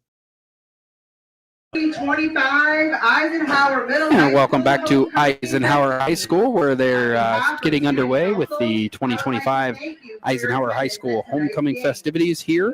We'll have video of the crowning here when it happens. The ladies are on the other side of the field right now. This is the Allegheny Grill of Foxburg halftime show. The Allegheny Grill in Foxburg, where you come for the food and stay for the view. Come check out the new indoor and outdoor wood frame event center. The Allegheny Grill was recently voted the #1 waterfront restaurant in Pennsylvania. Find out why at AlleghenyGrill.com. So we'll start our halftime show with the Warren Forest High Ed Council halftime stats. The Warren Forest High Ed Council has been serving Warren and Forest counties for more than 40 years. Visit highed.com. So for the Eisenhower Knights tonight, quarterback Caleb Jacobzak is 2 of 6 for 43 yards with a touchdown through the air. He's also got 7 carries for 93 yards and a score on the ground. Logan Penley, 9 carries, 47 yards, 2 for 13 for Hudson Haight, 2 for 5 for Joe Gelati.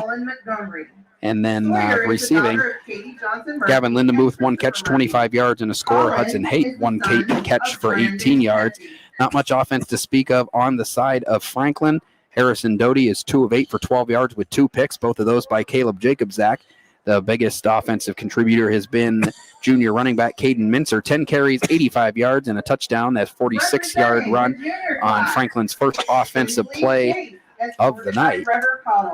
So that's a look at your first half stats from around this game tonight, where Eisenhower leads 28-7.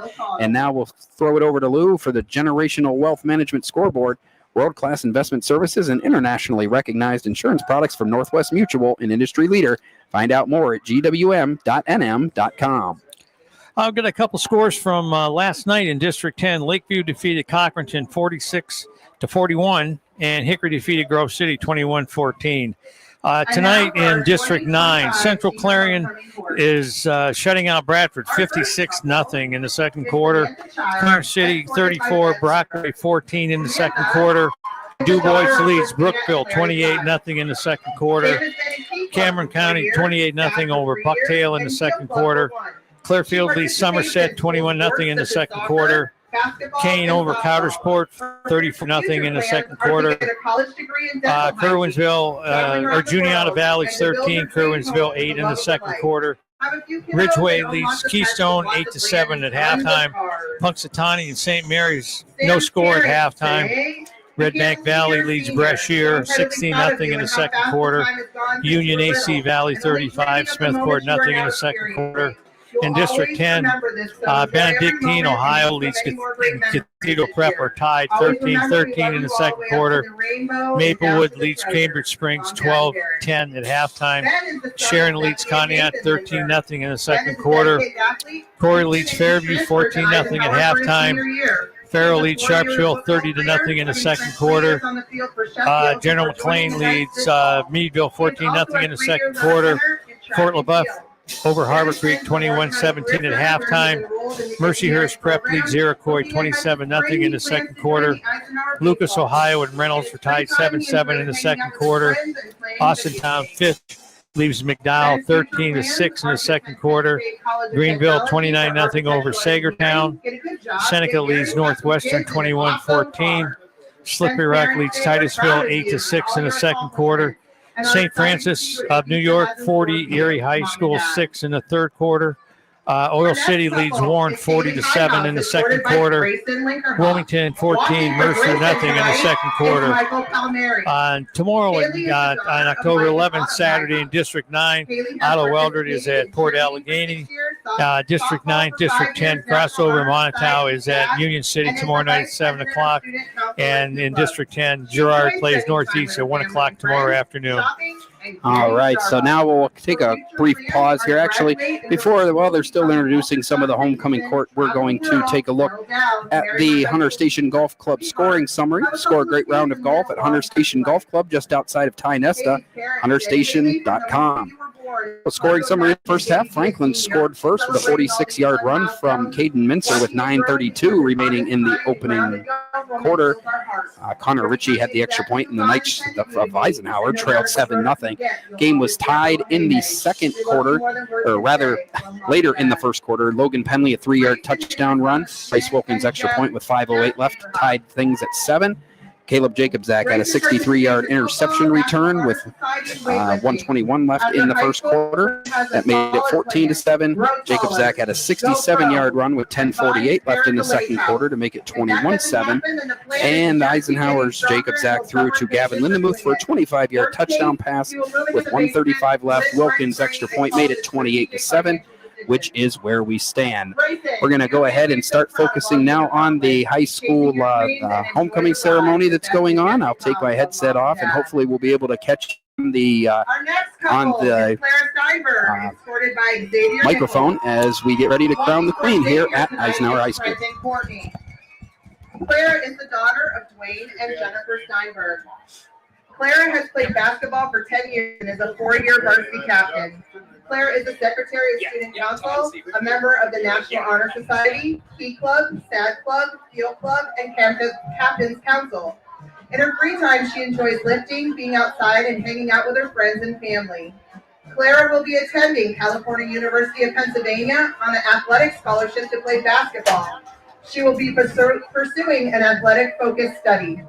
After college, Claire hopes to play professional basketball overseas and travel the world.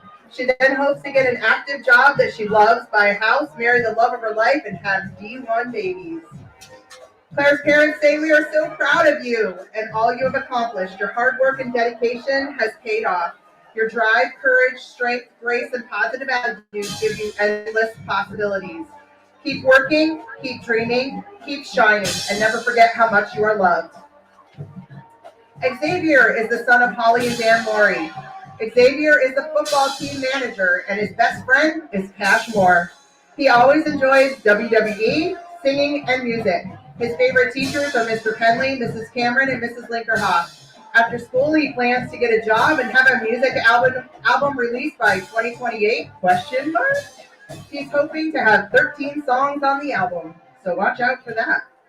His parents say, "We are so proud of the young man you are becoming. We will always be there for you. I don't care how big you get, you'll always be my baby." Our next couple is Lainey Belcher and Sean Miller. Lainey is the daughter of Wendy and Steve Belcher. Lainey has participated in basketball, track, cross country, and 4-H. Her future plans are to go to college to major in interior design and turn her creativity into a career she loves. She wants to build a life by the ocean, and along the way, she hopes to settle down with the love of her life and start a beautiful family. Her parents say, "Lainey, we are so proud of the amazing person you're becoming. Your positive spirit, determination, and kind heart inspire everyone around you. You have such an incredible drive to be your best. It shines through everything you do. From your goals to the way you love your friends and family and your cat.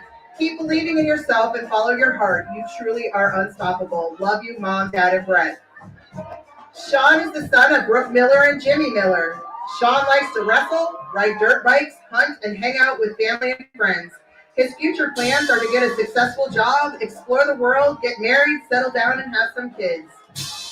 Sean's parents say watching you step into your senior year at Eisenhower fills our hearts with so much pride. You've grown into a young man whose faith runs deep and whose selflessness shines in everything you do. You have the biggest heart, the warmest soul, and let's be honest, he's hands down the funniest person we know. His ability to bring laughter in even the toughest moments is such a gift.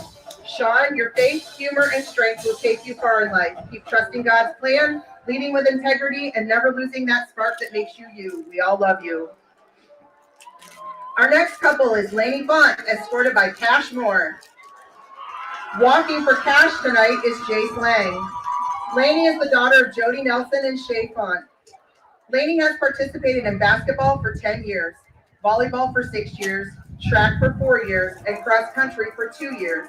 Lainey is the president of National Honor Society and the treasurer of Key Club, Student Council, and the senior class. She is also a member of Journalism, Captain's Council, and Academic Bowl. In her free time, she enjoys baking and being with her friends.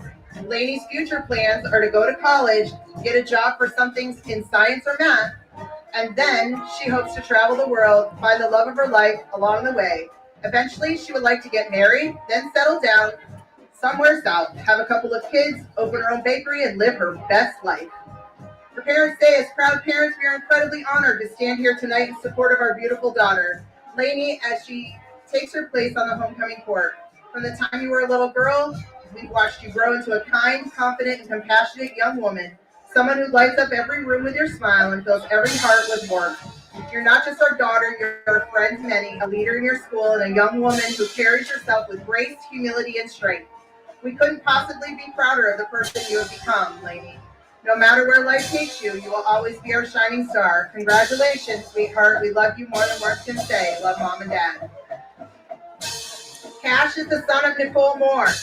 Cash is in basketball, football, weightlifting, and student council. Cash's future plans include pursuing social media and starting a family. He hopes to live a happy life, taking care of his family with someone special. Cash's parents say, we just want to tell you how incredibly proud we are of you. What makes us proudest is how you've gotten here, through hard work, consistency, discipline, and staying true to who you are. It's showing not just in what you're achieving, but in the person you're becoming. It's not always easy to stay committed, but you've done it with grit and heart. Keep going, keep pushing, keep being kind, and keep striving for what you believe in. We love you, Cash. Our last couple is Layla Edwards and Gavin Lindemuth. Walking for Gavin tonight is Derek Geyer. Layla is the daughter of Sarah and Justin Edwards. Layla is a member of the SAD Club, Field Club, Senior Class Secretary, and Student Council President.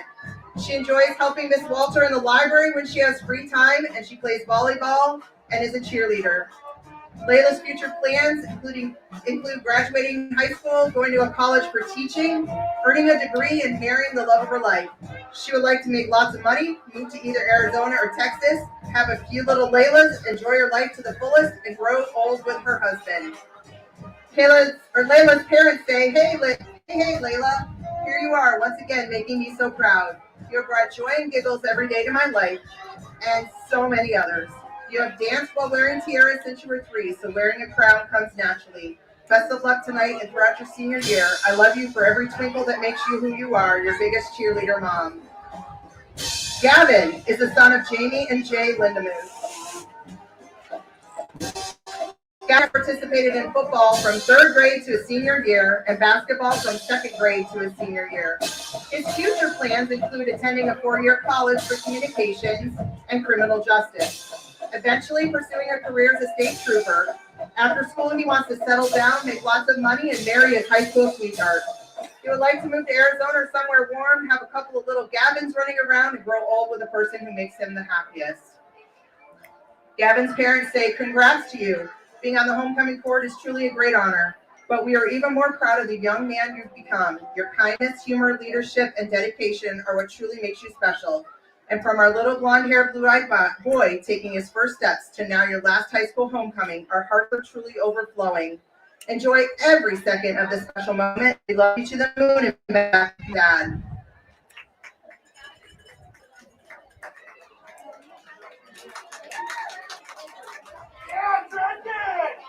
Tonight, joining the court on the field for this year's crowning, we are proud to have the 2024 Homecoming Queen from Youngsville, Camden Swearingen, and the 2024 Eisenhower King and Queen, Ryan Chambers and Emily Grosh. And now, for the moment you have all been waiting for, your 2025 Homecoming King is Xavier Nichols. Congratulations, Xavier.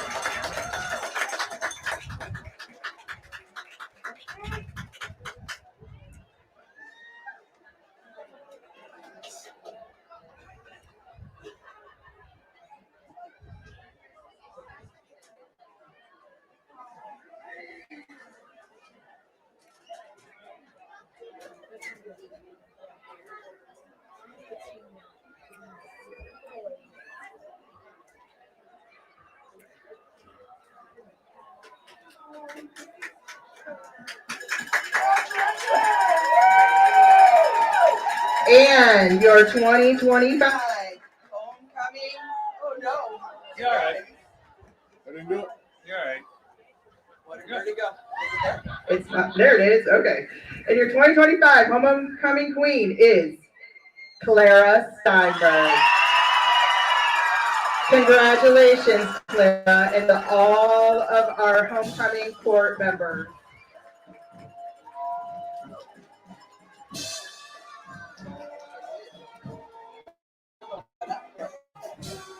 It was at a good time. Yeah, it was such a bad idea.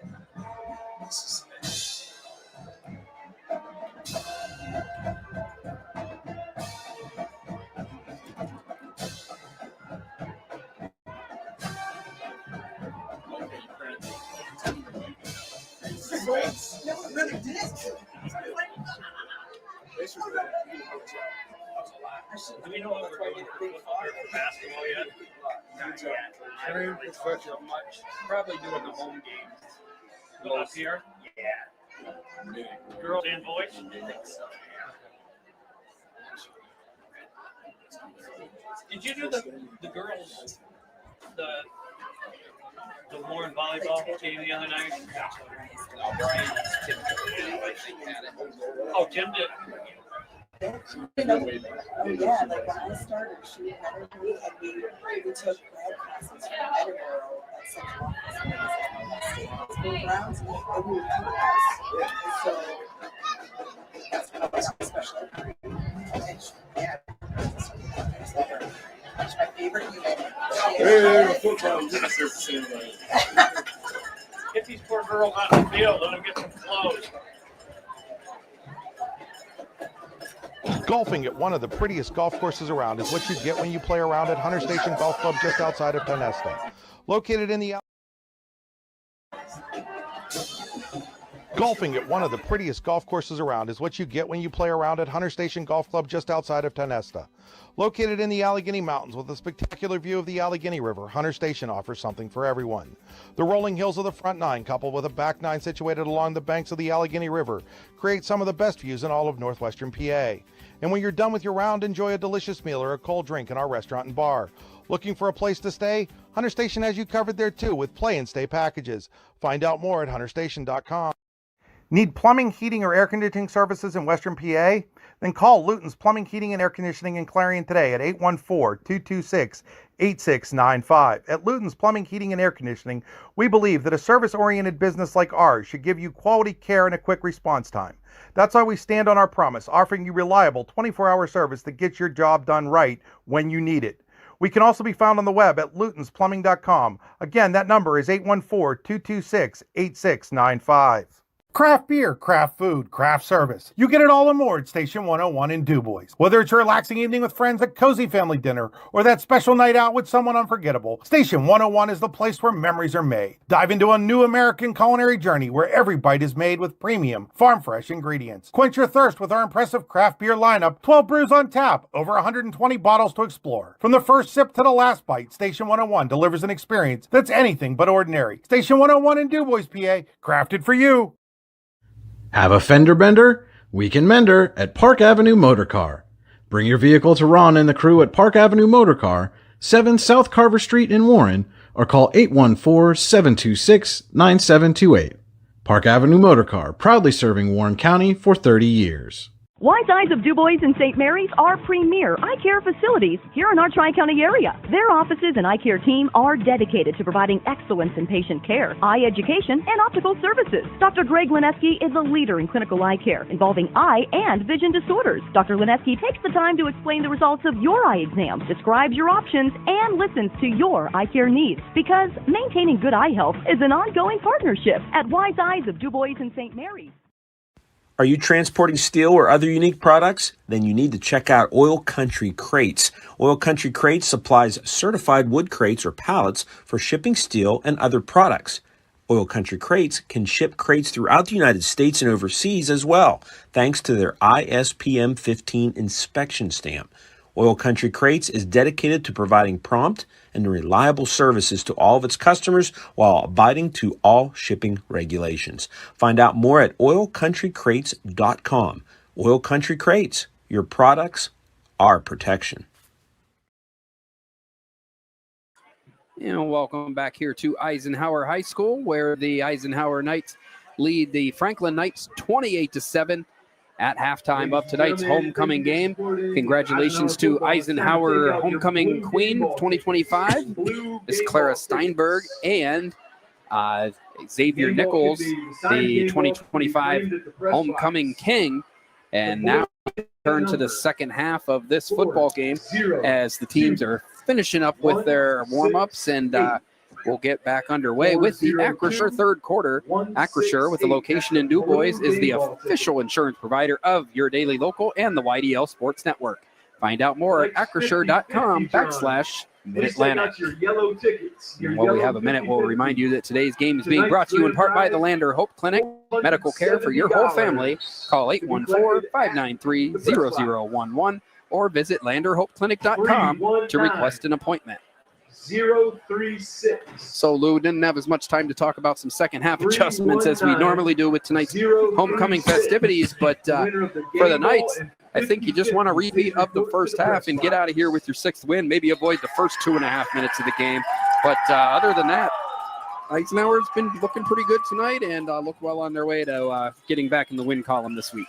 Yeah, because they'll kick, Franklin will receive, so they need to put together a good defensive stop. Keep Franklin in their own territory, have them try to get them to, punt it away and get the ball in good field position, and try to get closer to running the clock in the second half. Yeah, that's got to be one of Eisenhower's main goals here. They'd love to get to a running clock here, hopefully by the end of the third quarter. So 12 minutes left in the third quarter, and hopefully, as we said, could see a running clock later on. If the Knights can get the lead up to 35 points. Franklin will receive the ball first, though. It'll be Bryce Wilkins kicking off.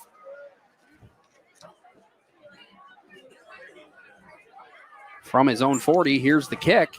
It's on the ground and squibbed down to the 33-yard line, where it's recovered by Edward Maddox. And that's where Franklin will start its first possession of the third quarter. So let's see if they stick with Doty here at quarterback. As you said, Blackhurst, the junior, has played a lot of quarterback this year, and then Doty as well, the junior, or freshman rather, has played tonight. He was just 2 of 8 for 12 yards with a couple picks in the first half. Doty in the shotgun. He's got Mincer to his right. And the handoff goes to Mincer. His first carry of the second half, not quite as successful as his first of the first half, but still a good run as Mincer ends up picking up about 8 yards. That's a 41-yard line. Knights can't get complacent here, Lewis. No. Important to remember, last year they led 34-20 with 4 minutes left and then gave up 2 late touchdowns. And, 2 touchdowns is not that far off from 3. So, and there's a lot more game left than was left in that. So the Knights need to come out and show that they've got the same dominance in this second half and not let Franklin get any life at all as Grayson Linkerhoff jumps offside for the Knights into the neutral zone, makes contact with a defender or offensive lineman rather, and it will be a Ty Nesta Builder Supply first down for Franklin up to the 46. Enough for a first down. First and 10, Franklin.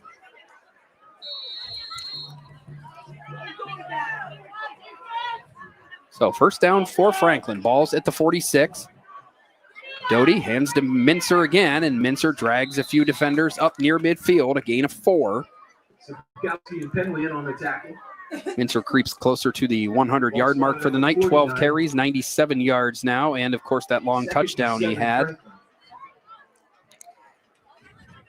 Eisenhower's defensive line sometimes has the tendency of over pursuing on their initial charge instead of staying home. I mean, that kid ran right past Linker High because he was already back into the backfield where they kind of over pursue from the get and when they shouldn't be. Yeah, kind of just staying home and holding the straighten up the blocks and stopping them at the line of scrimmage. Pitch outside here. Mincer is going to run all the way down. Jacob Zach forces him out at the 1. It's a huge hit. Flag. Worst part for Mincer is that it's going to come for nothing. There was a pretty obvious hold there, and it was called immediately, and that's coming all the way back.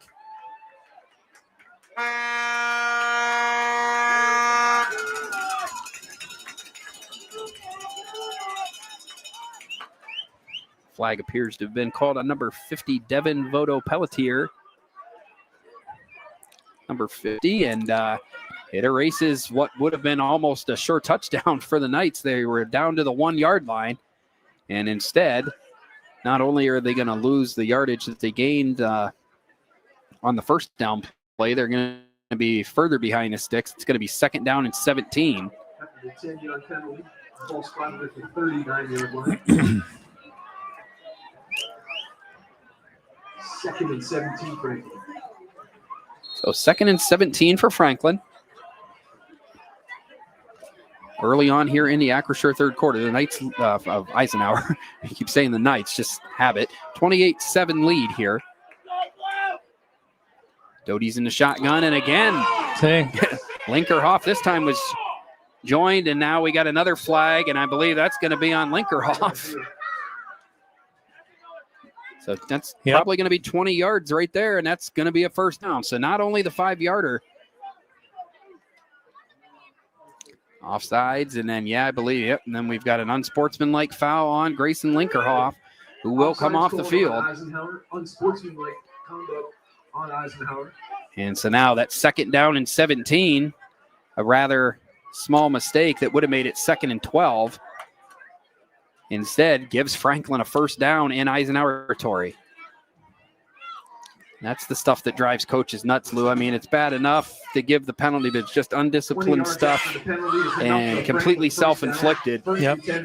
And now Franklin. Well, we even talked about that before the game even started. Yeah. Is it going to happen? Well, it is going to happen. Yep. You got to keep those. It's an emotional game, but you have to keep them in check. And if you don't, you hurt the team, and that's what happened there. Penley talking to his player now, and but Franklin with a first down. They hand the ball to Connor Johnson, and they did everything but tackle him in the backfield. Lindemuth just down somebody.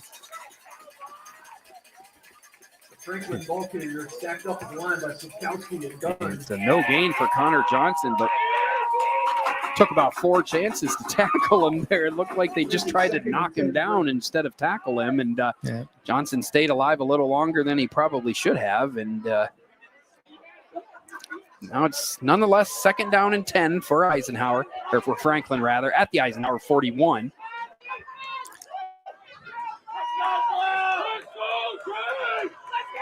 Haven't seen Mincer back in the game since he took that big hit. Blackhurst with the run, and he runs right into a wall of Knights, picks up maybe a yard.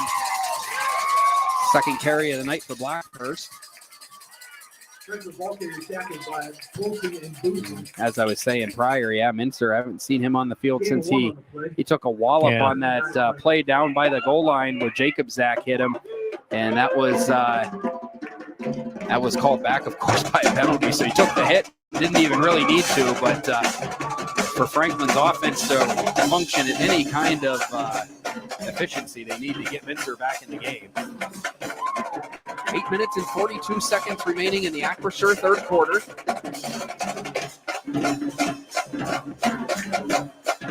Doty's in the shotgun. And they hand it to Johnson, and Johnson tackled in the backfield by Logan Penley. Penley makes the tackle in the Franklin backfield. Loss of 2 on the play, and it's 4th down for Franklin. I think it just goes to show you, Lou, what they can do when they stay disciplined and just rely on talent instead of, kind of making things more difficult for themselves. Yeah, you got to keep your emotions in check, because I mean, this is a very emotional game. You just got to keep them in check. You just can't, turn it loose there. I mean, just one time and it killed you. And it could have been. They could have been on the 20-yard line, and now they're, it could have been on the 10. I mean, fortunately, it was at midfield, but still, it's a 15-yard penalty. Plus, plus another unsportsmanlike penalty, and you're gone. Yep. I mean, that's the bad thing about it too. And you've got a huge game against Mercyhurst next week. Yeah, I mean, that's everybody you got, and then some. That's the last thing you want to happen is sit out against sit out a game against them. So Franklin has called a timeout with a 4th down coming up here. We have 7:36 left in the Acrisure 3rd quarter, and the Franklin Knights facing a 4th down and 11.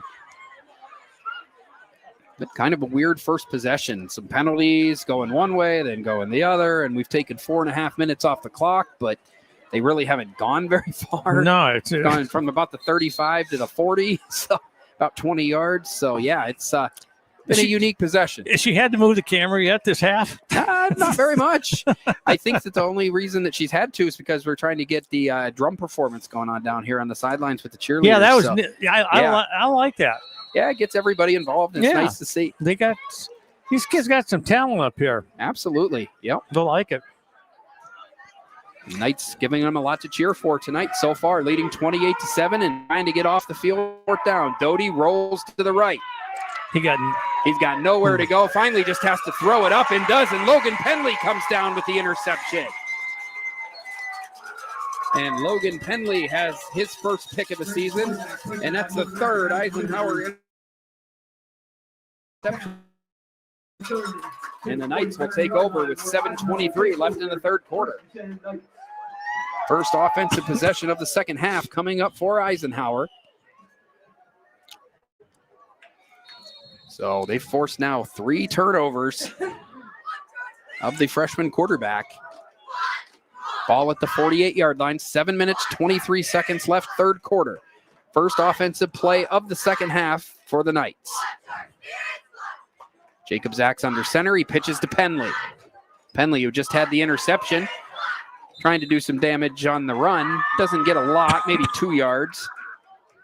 Penley carries just over the 50-yard line. 10th carry of the night for Penley.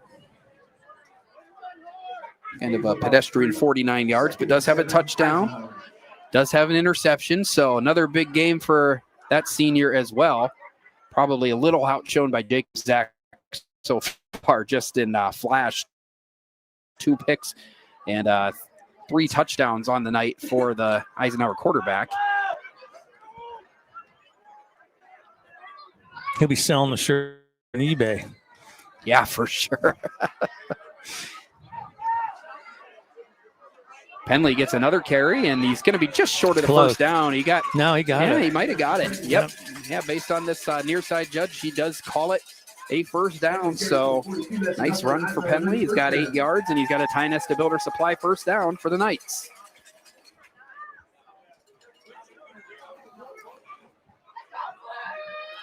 First down and 10, Eisenhower. Ball at the 42-yard line.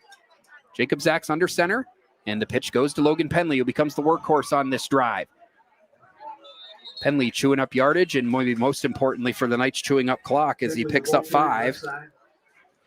This is just as good as a running clock. I was just going to say the exact same thing. If you can keep the ball in between the hash marks and just keep running and keep getting positive plays, it's just as good as a running clock. So 5 already more than halfway through the third quarter and only the second possession. Every time I think about that, I think back to the Cochranton game where we had 2 possessions in the third quarter. Yeah. A 19-play drive that went about 22 yards, but it was all said and done. It was one of the more wild things I've seen. 2nd and 7 now from the 37. Jacob Zach's going to pass. Doesn't have a ton of time, and he's swallowed up. He might have managed to get a yard out of it to make it a positive gain and avoid the sack, but still be 3rd and medium for the Knights. Aaron Moore Jr. made the stop. Made a couple nice plays defensively tonight for Franklin.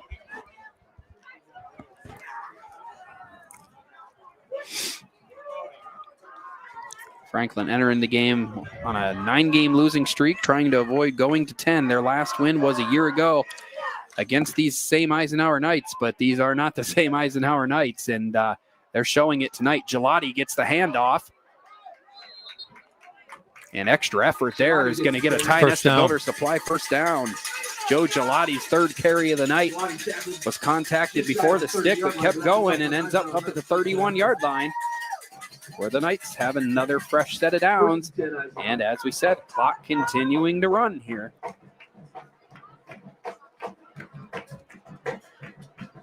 Ollie Boozer runs the play in from the sidelines as the Knights ready their first down play call at the 31-yard line.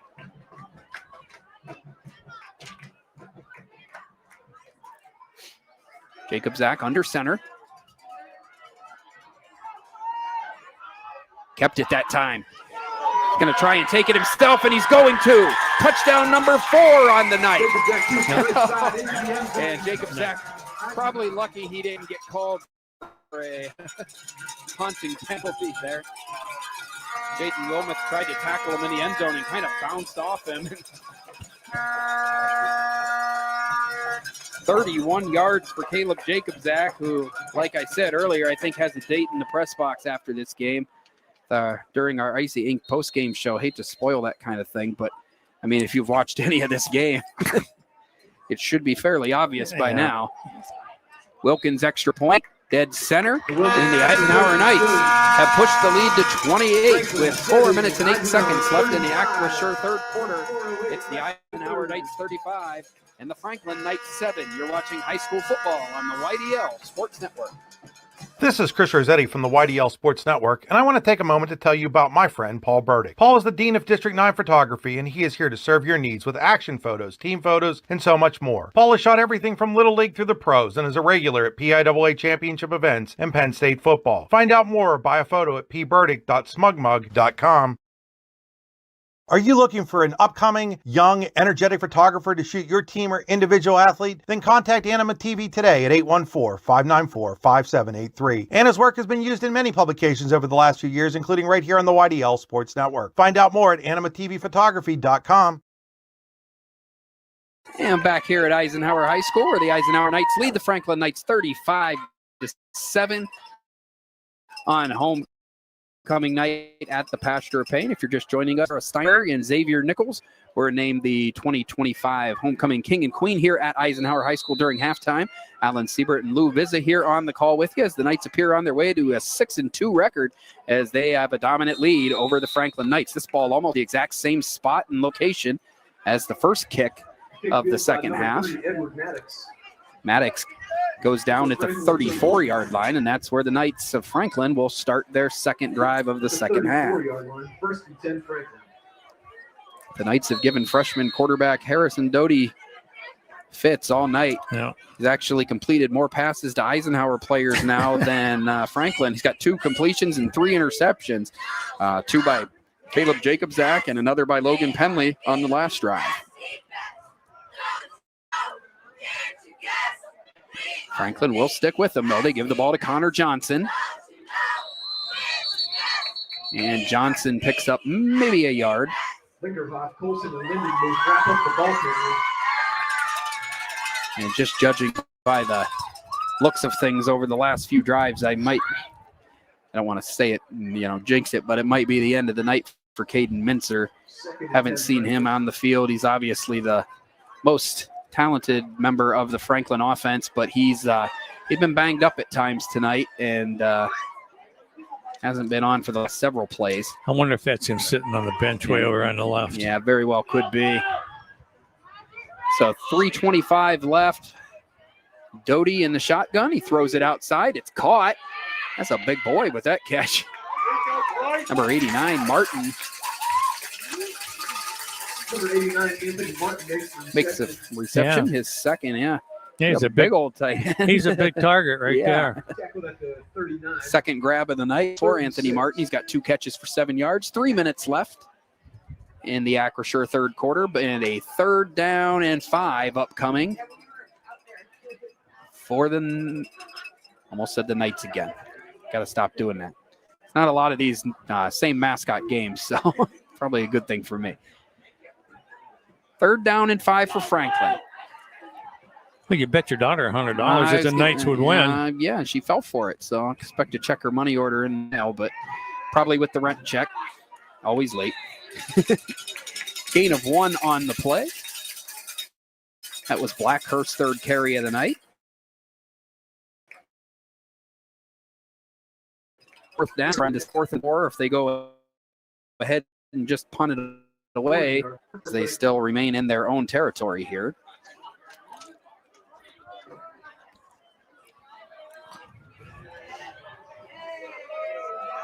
And it looks like the decision's been made, and it looks like Franklin will punt the ball away. One thing that does do is gives Jacobzak another opportunity to add another score here in special teams and get the passing, rushing, defense, special teams running out of ways to score. He's not going to get a chance on this one, though. Nice punt. Down inside the 15-yard line, just right at the 15-yard line. So 1 minute, 42 seconds left in the Acrisure third quarter. We'll take a short break and return with more high school football on the YDL Sports Network.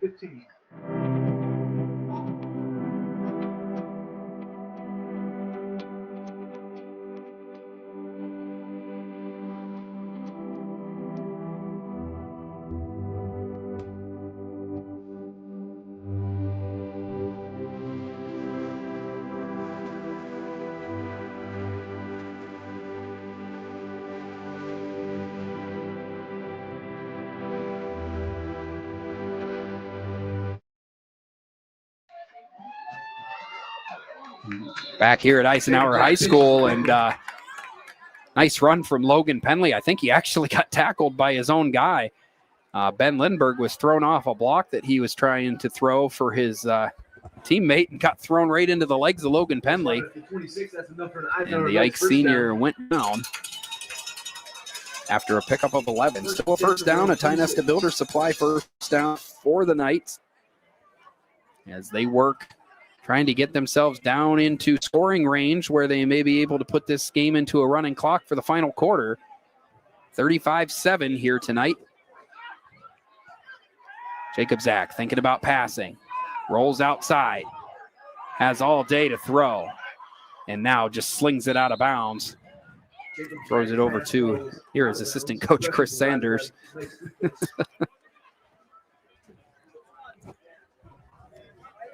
Smart decision by the senior there. Didn't really have anything. Didn't run and take a big hit. And there's your difference between a senior quarterback and a sophomore quarterback. Yep. That's a very good point. Yeah. Doty's had a few of those tonight where he probably would have been better off just to throw it into the stands and, live to play another day. And instead, 3 interceptions and one of those returned for 6. And kind of been the story of the night for Franklin. Yeah, like you said, he's completed more passes to Eisenhower than he has for his own team. Yep. So he'll learn. Oh, yeah. Yeah, steep learning curve for Franklin, but getting it in snaps as a freshman will only help him in the future.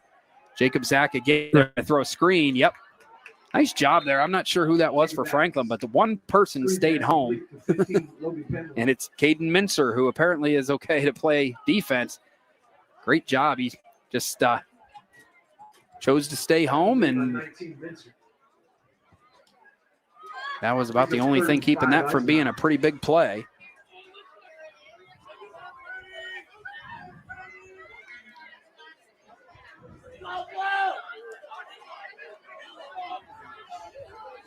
Gain of about 5 on the play.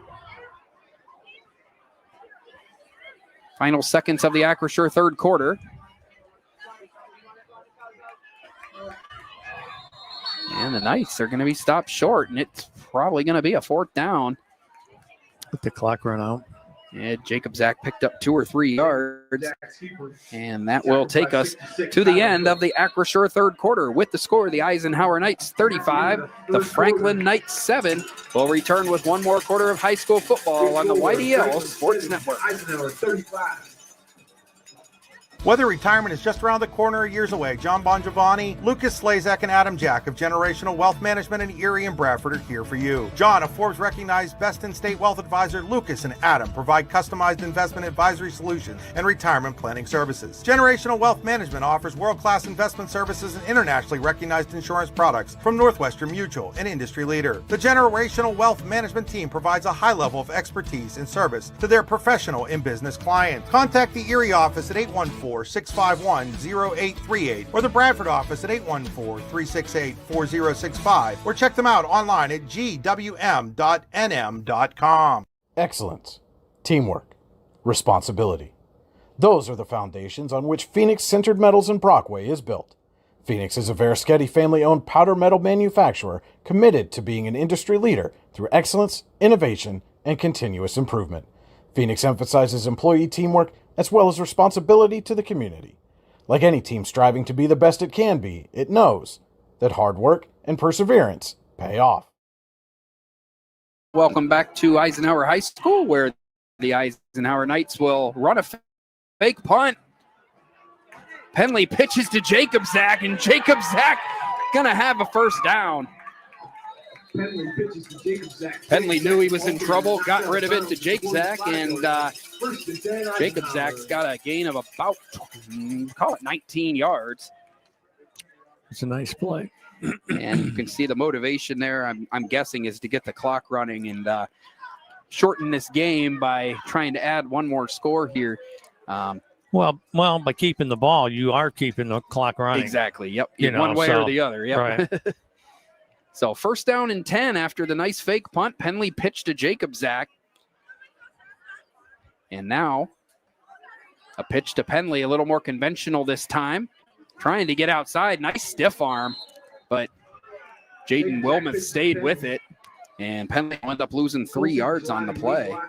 Yeah, but he kept the clock running. He came down. He down did not go out of bounds. Bounds. Knocked out of bounds about 49 yards. Smart play there. Something not enough players do sometimes, just to have the awareness to stay in bounds and keep this clock running as you're now 10:55 away from the end. This is the Generational Wealth Management fourth quarter.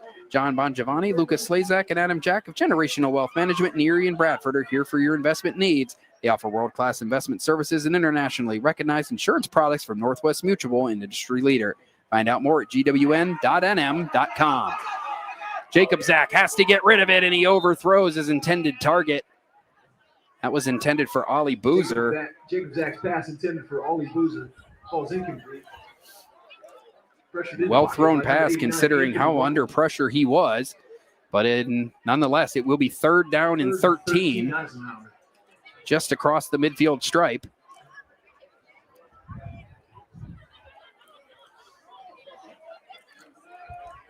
It's about as close as the Knights have had to deal with weather all season, other than maybe some heat. It's a little breezy tonight. That's about it. Yeah, they got some wind here tonight. Yeah. It's been mostly just clear, calm, and about 70 degrees every game this year, it seems like. But Jacob Zach nope, he doesn't. He keeps it.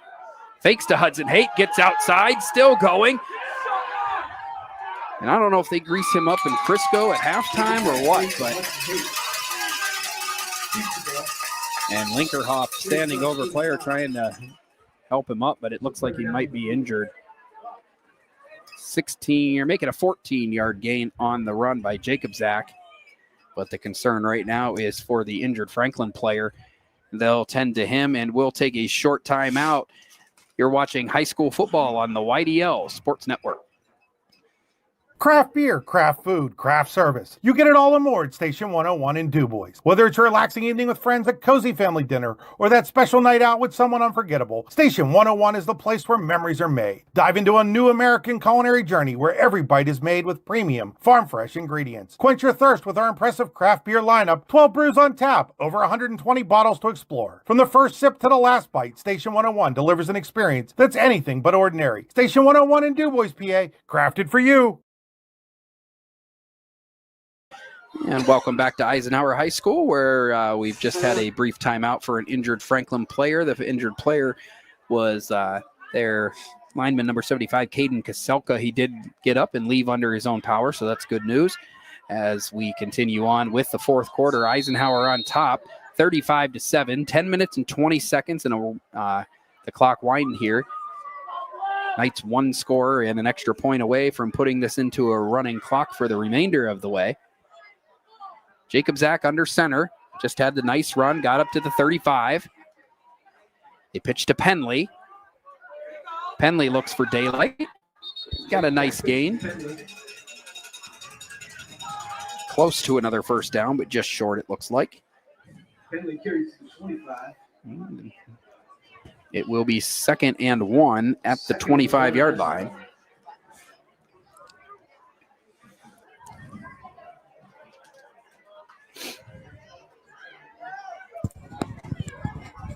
See what the Knights have on up their sleeves here on 2nd down and 1 from the Franklin 26. One receiver out wide. It's Ollie Boozer. A handoff to Joe Gelati. Gelati picks up 3 yards right up the middle. First down. And it's a Ty Nesta Builder Supply first down. Gelati on the carry. Tackled by 76, Aaron Moore Jr. Eisenhower's next first down. So first down at the 23.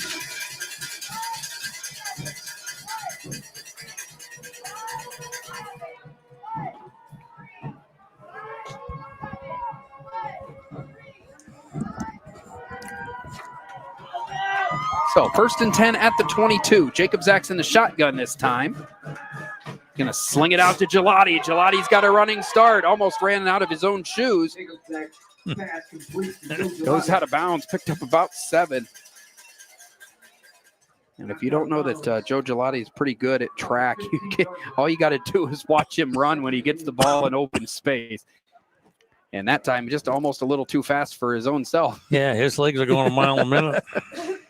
2nd and 3, and I'm not 1,000% sure. I don't have all the stats in front of me, but I don't know that Gelati has a touchdown this season. I know he has a touchdown pass in the game he played quarterback against Cochranton, but might be something the Knights try to focus on as they get closer down here to the goal line.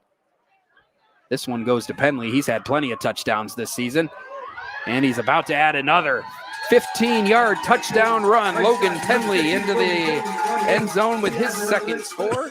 And the Eisenhower Knights lead is pushed to 34 at 41-7 with 8:34 remaining in the Generational Wealth Management 4th quarter. Penley's 2nd touchdown of the night. 2 touchdowns and an interception for the senior. Any other night, that would be the top of the board, but Jacob Zach's had a huge night for Eisenhower. Bryce Wilkins' extra point is good, and that sends us into Mercy Rule territory as Eisenhower takes a 42-7 lead with 8:34 remaining in the 4th quarter. 42. We'll take a short break and be right back with more. You're watching high school football on the YDL Sports Network.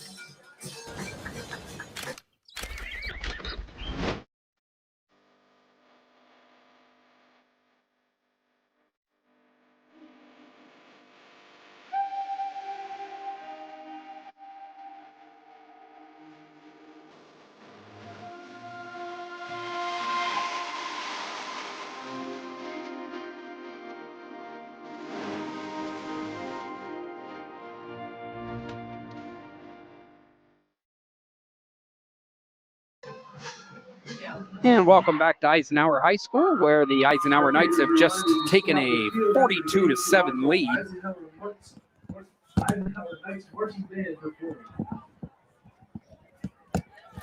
Apologize, I was dying a small death off microphone there for a minute.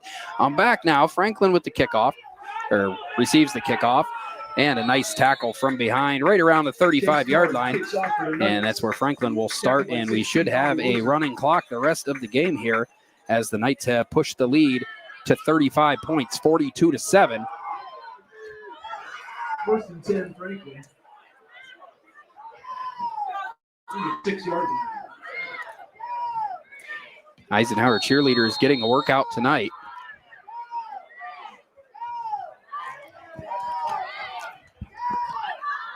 And still not running the clock.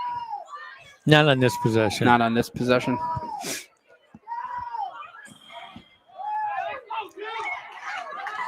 So ball at the 35, high snap. Nice job getting it down. Hand it off to, is that Mincer back in the game now? Yep, Mincer back in, and immediately you see the difference in the Franklin offense. Gain of 8. Make it 7 up to the 43-yard line.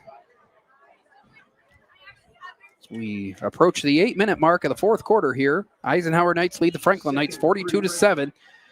And they're 8 minutes away from improving to 6-2 on the year and getting ready for a big showdown next Friday night in Erie against the Mercyhurst Prep Lakers. And stars running back Vinny Feliciano. Hand off to Mincer. And Mincer's forward momentum stopped, and he's tossed back, but he does have a first down. Stewart, Linkerhoff, and Boozer in on the tackle. Gain of 3 on the play. It's enough for a Franklin first down. Clock's running. Clock running? Yep, clock's running. So 7 minutes and 30 seconds left. Ball's at the 47. It is a first down for Franklin. Does Mercyhurst play at the stadium or at the college? I think so. Or a university? Yeah, I have to find that out during the week or we'll be lost. But I'm pretty sure that is the case. And that game, like we said, will be broadcast right here on the YDL Sports Network next Friday night, 7 o'clock in Erie. Doty wants to pass again. And this one, nice job. Nice completion to Wilmeth. And Harrison's pass complete to Wilmeth. And they're going to call a penalty. Flag on the field. Face mask. Yeah, face mask or having a little discussion about it here. Doty, that's a completion here. Is 4th of the night now. Play the reminder that we have a set of Nissan keys. Face mask, 15 yards, and just like that, Franklin down inside the Eisenhower 30. Face mask on the defense. Threatening to score for the first time since the first 2.5 minutes of this game, when Caden Mincer had the 46-yard touchdown run. And yeah, the ball down to the 29, 6:53 and counting here. So Franklin's deepest cut into Eisenhower territory since the first half for sure.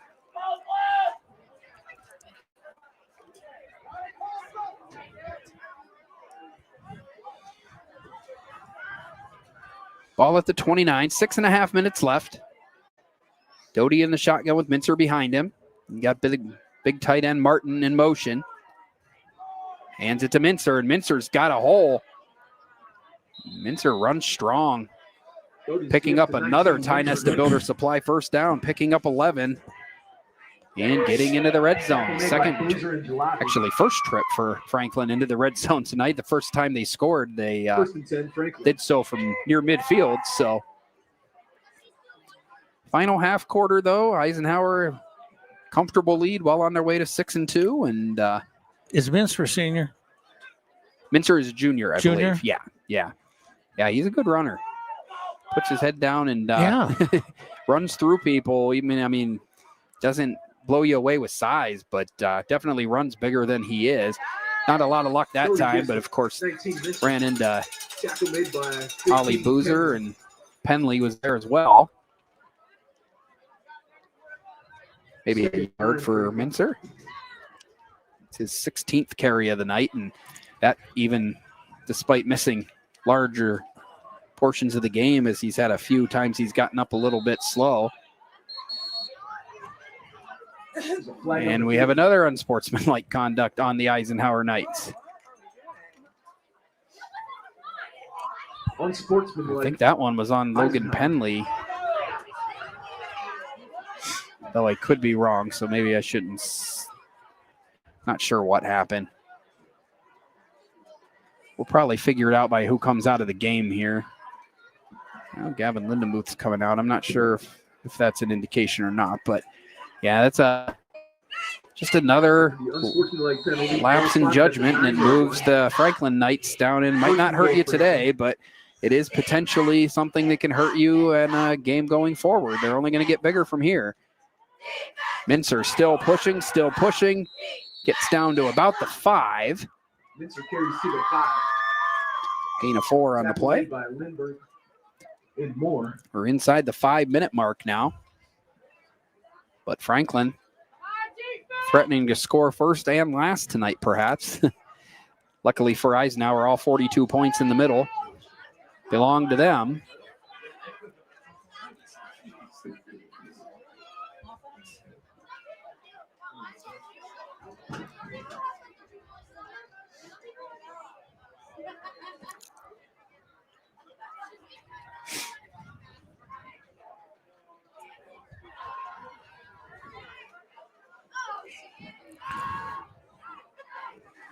So second down and goal now from the 5. Doty sticks with Mincer. And Mincer's into the end zone for the Franklin touchdown. To 19, Mincer Lakeland. And now another flag in the end zone. Put a flag on the field. Second touchdown of the night for Caden Mincer. This one from 5 yards out, as things have gotten a little messy here at the end. Personal foul on Franklin and on Eisenhower. So they offset. Personal foul Franklin, personal foul Eisenhower, offsetting penalties. 3:58 remaining here, and Franklin has cut the deficit to 42-13, though last year they managed to blow Eisenhower managed to blow a 2-score lead in the final 4 minutes. 4 scores in the final 4 minutes would be something certainly catastrophic. The extra point attempt is no good. After the offsetting penalties assessed after the touchdown. So 3 minutes and 58 seconds left here in the fourth quarter at Eisenhower High School. Eisenhower with a 42-13 lead over Franklin. Be back with more here in just a second on the YDL Sports Network.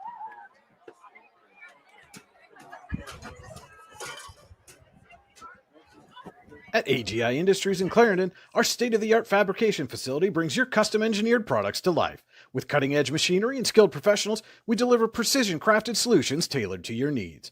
From trench box and storage container rentals to sandblasting, refurbishing, and painting equipment, plus expert metal fabrication, compressor stations, filters, separators, ASME vessels, and pig loaders, AGI Industries is your one-stop shop for quality and innovation. Call 814-728-6050 for more information or to secure a rental. Welcome back to Eisenhower High School. Eisenhower with a 42-13 lead on the Franklin Knights here. 3 minutes and 58 seconds remaining. And should have a running clock despite the score going back under 35 here. Franklin's Connor Ritchie just missed the extra point, is going to kick off here.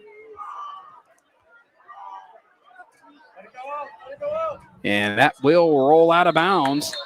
And so it'll be good field position for the Knights as they look to wrap this thing up here.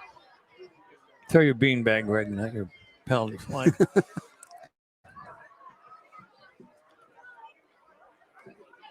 So the ball will come up somewhere around the 40, I believe.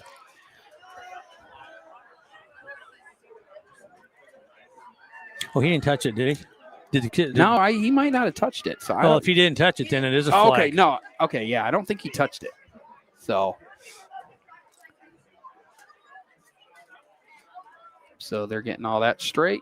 Legal procedure on Franklin. And, yeah, the ball will come to 35-yard line.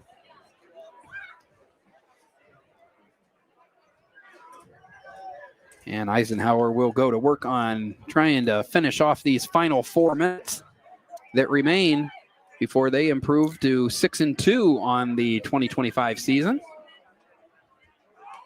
All but guaranteeing themselves a winning record for the year, no matter what happens over the final several weeks of the year. Gelati in at quarterback now. And there's a handoff to number 10, Wyatt Trojanowski.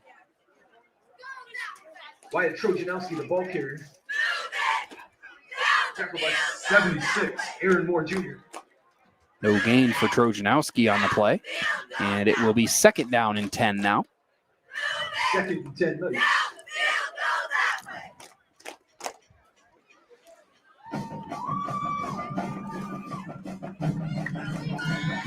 Many of the starters for the Eisenhower Knights on the sidelines now to finish this up. Gelati will come in and run the quarterback position. He keeps an eye on the back judge, waiting for that hand to go up. It does, and now we run the play. Trojanowski almost fumbled. Loss of 4 on the play. Pitch to Trojanowski.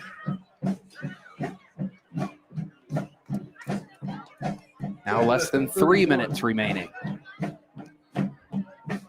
3rd and 14, Eisenhower.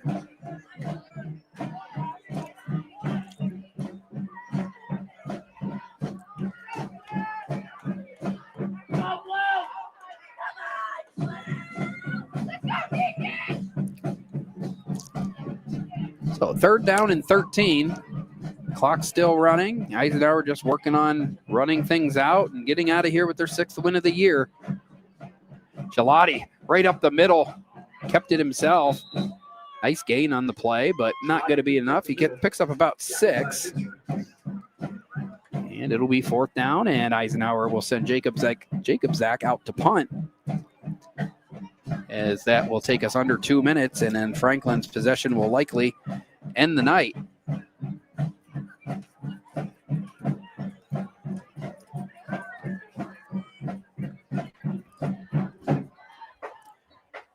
Jacob Zach to punt, and that did not go very far. I think it slipped out of his hand. About the only thing that's gone wrong all night. I'm going to lead with that during the post-game interview for player of the game. I'll be like, okay, so you had like 2 interceptions and 4 touchdowns and everything, but let's talk about that punt at the end of the game. Yeah, I don't know if he'll appreciate that much, but might get a laugh out of him at least. Feels better to joke after a win. So Franklin takes over at the 42, clock running, as we reach the mercy rule for the night.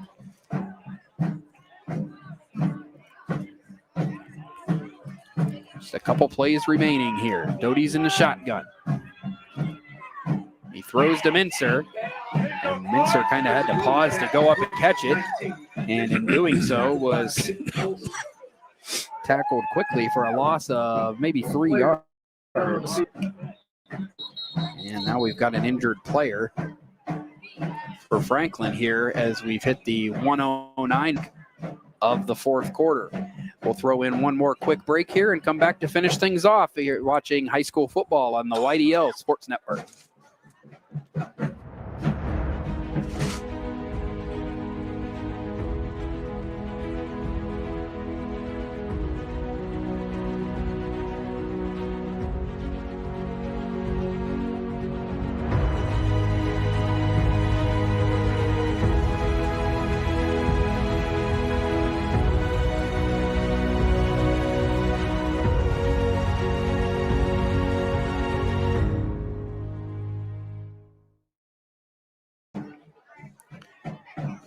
And welcome back to Eisenhower High School. They're still attending to the injured player on the Franklin 40-yard line as play has come to stop here with 1 minute and 9 seconds remaining. Eisenhower on top 42-13.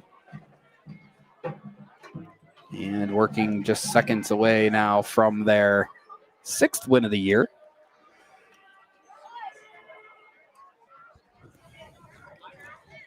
And is that Mincer again? Unfortunately, not the first time tonight that Mincer's been banged up.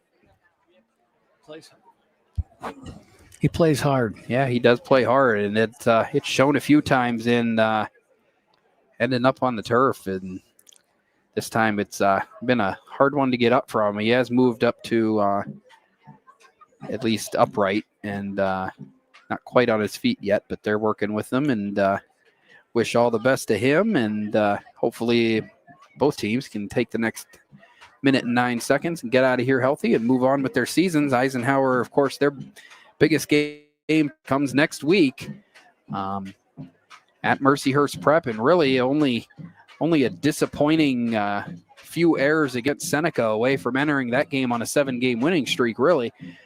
I know that the one against Seneca last week might sting for a while just based on how it happened, but the Knights can erase that sour taste much like they did tonight if they can compete with and keep things close with Mercyhurst Prep next week. And nice to see good sportsmanship there. Bryce Colson runs out and gives a word of encouragement to Caden Minzer as he gets up and is getting ready to move his way back to the sidelines. It looks like nothing major, at least, for Minzer as he small limp as he walks off, but we'll hope for the best for him, and the ball will be spotted at the 39-yard line.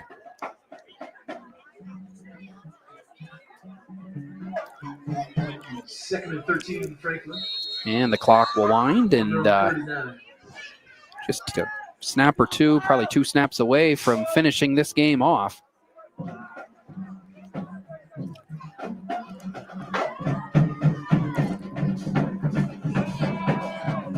Doty gonna pass. And there were 3 different Knights that had thoughts of an interception there. Huck Fedorchuk, Lindbergh, Ben Lindbergh, and Joe Gelati all had a chance. And the pass is incomplete, falls to the turf. The clock keeps running, and we move to what could be the final snap of this game, with Franklin facing a 3rd and 13 from its own 39.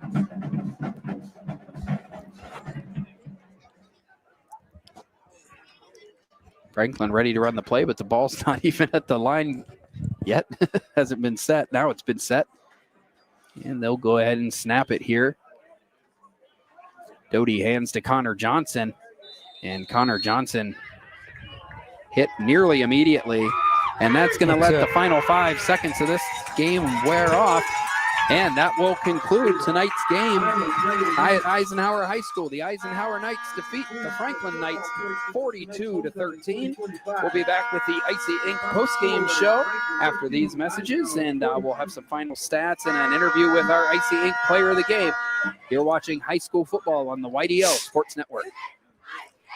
For all your automotive needs, look no further than the Warren Tire Center. From new tires to tire repairs, PA state inspections, wheel alignments, and auto detailing, there's so much more that we can do for you, and there's no reason to go anywhere but the Warren Tire Center in Warren, Pennsylvania.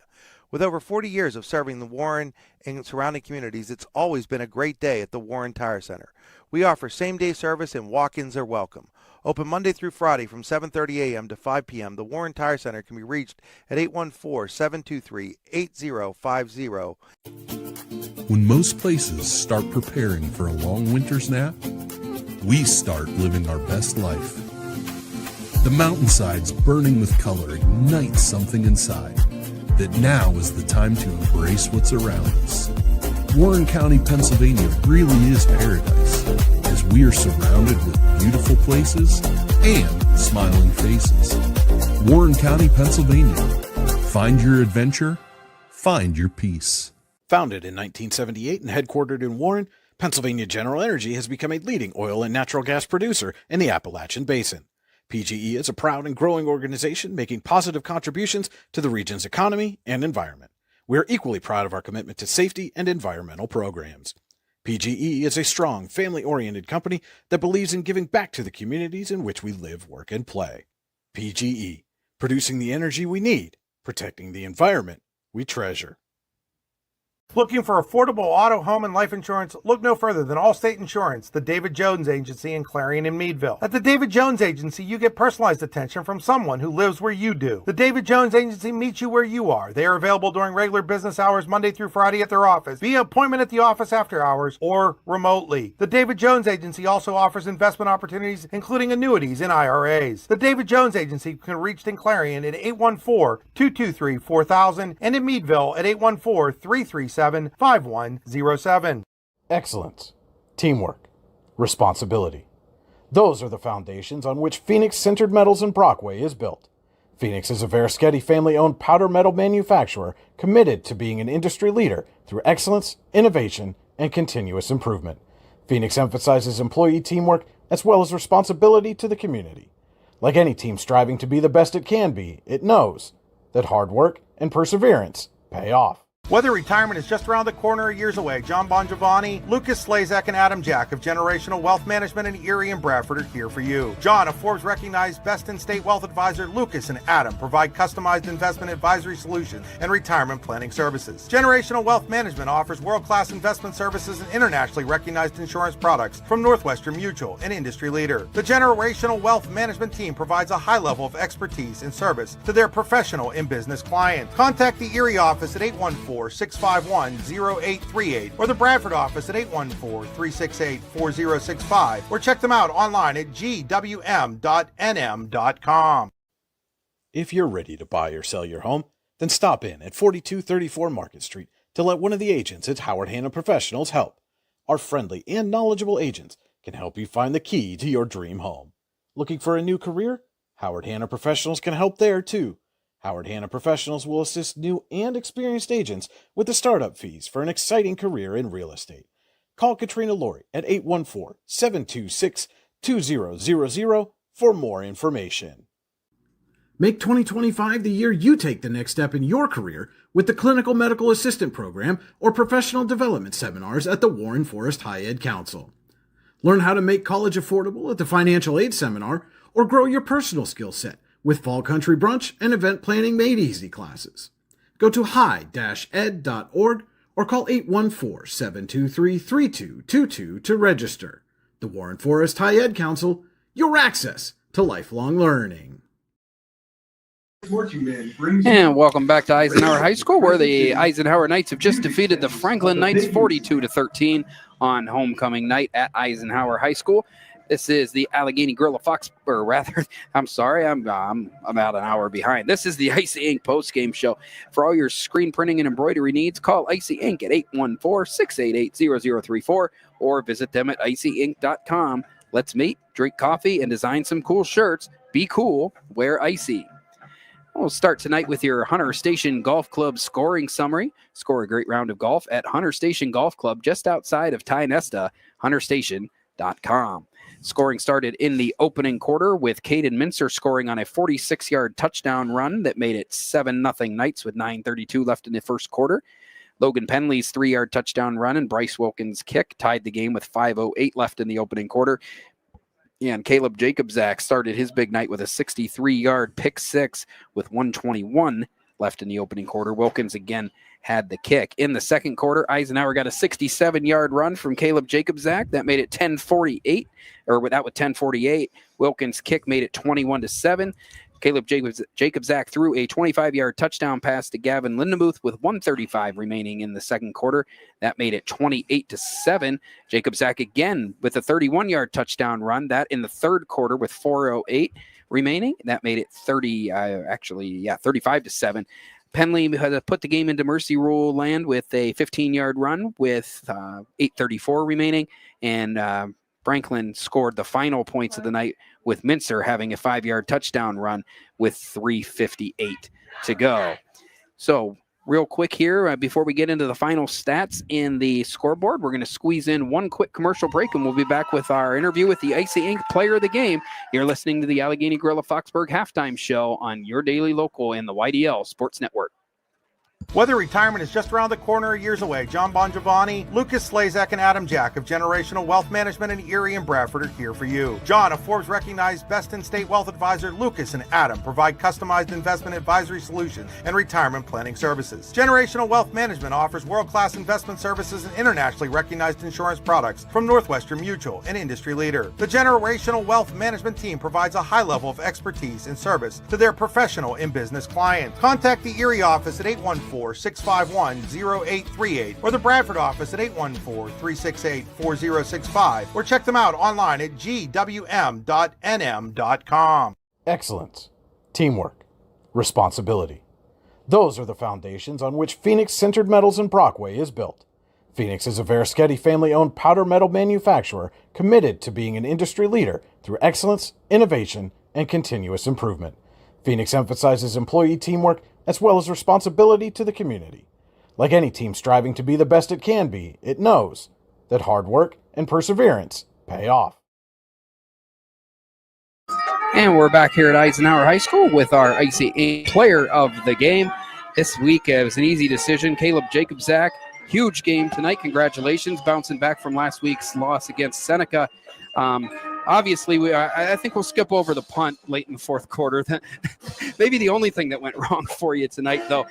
You had a pick six to start it. You had a couple touchdown runs, a touchdown pass. Just a huge night all around. Franklin came out, kind of punched you guys in the nose in the first 2.5 minutes. And what did you guys need to do in order to kind of switch things up and take over the way you did the rest of the way?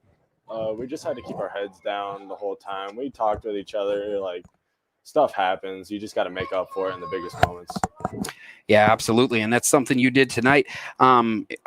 Basically scored every way, but without a special teams touchdown.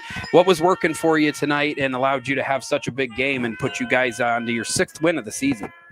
Coach Penley's game plan, and the guys up front put in good work this week. I'm going to give the credit to the guys up front. Yeah, definitely. A great job by the line and a great job by yourself. Congratulations on your 2nd Icy Ink player of the game for the season. And good luck next week. Big game against Mercyhurst Prep. Thank you. All right. Thank you, Caleb, for joining us. And I did. Lou wants me to pick on you more about the punt, but we'll just keep that one quiet. We'll take one more short break and return with your final stats and a look at your scoreboard and wrap things up here from Eisenhower High School. You're watching high school football on the YDL Sports Network. Whether retirement is just around the corner or years away, John Bongiovanni, Lucas Slazak, and Adam Jack of Generational Wealth Management in Erie and Bradford are here for you. John, a Forbes-recognized best-in-state wealth advisor, Lucas and Adam provide customized investment advisory solutions and retirement planning services. Generational Wealth Management offers world-class investment services and internationally recognized insurance products from Northwestern Mutual, an industry leader. The Generational Wealth Management team provides a high level of expertise and service to their professional and business clients. Contact the Erie office at 814-651-0838 or the Bradford office at 814-368-4065 or check them out online at gwm.nm.com. Excellence, teamwork, responsibility. Those are the foundations on which Phoenix Sintered Metals in Brockway is built. Phoenix is a Verischetti family-owned powder metal manufacturer committed to being an industry leader through excellence, innovation, and continuous improvement. Phoenix emphasizes employee teamwork as well as responsibility to the community. Like any team striving to be the best it can be, it knows that hard work and perseverance pay off. Back here at Eisenhower High School, we're going to let the band show finish up the night, and then we'll finish up our show and get off the air here.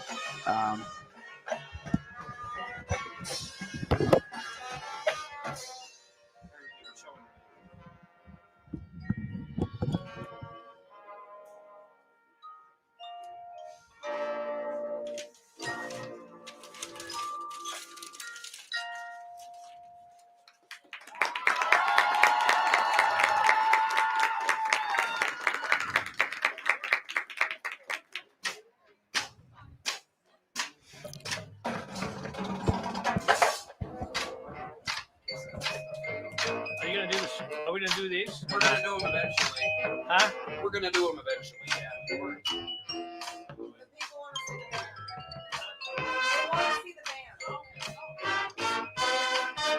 I like to do that.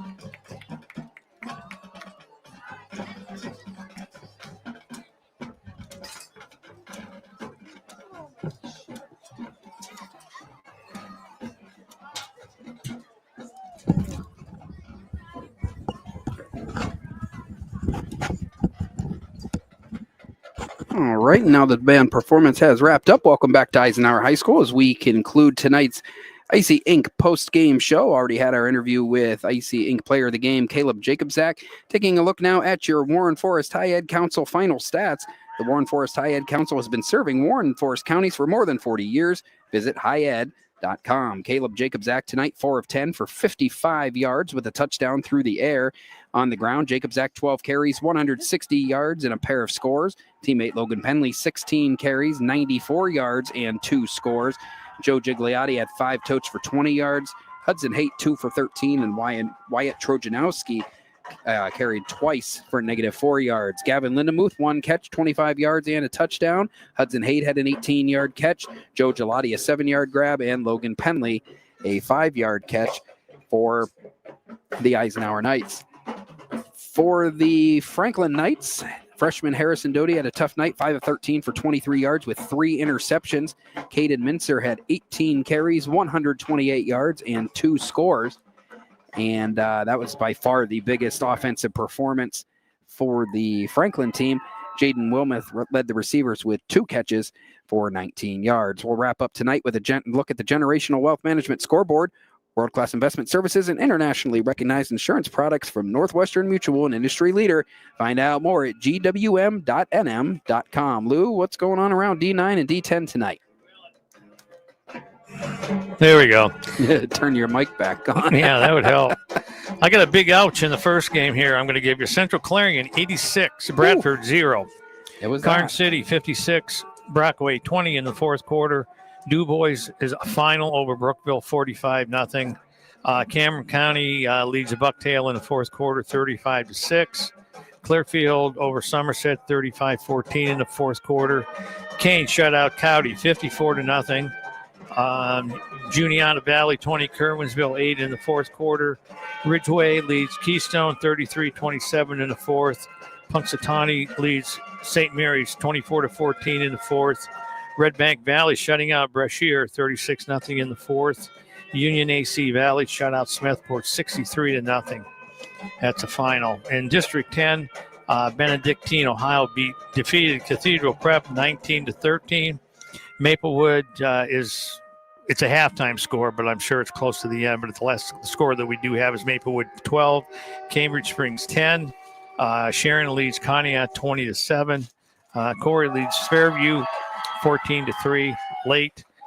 Farrell is 46-0 over Sharpsville.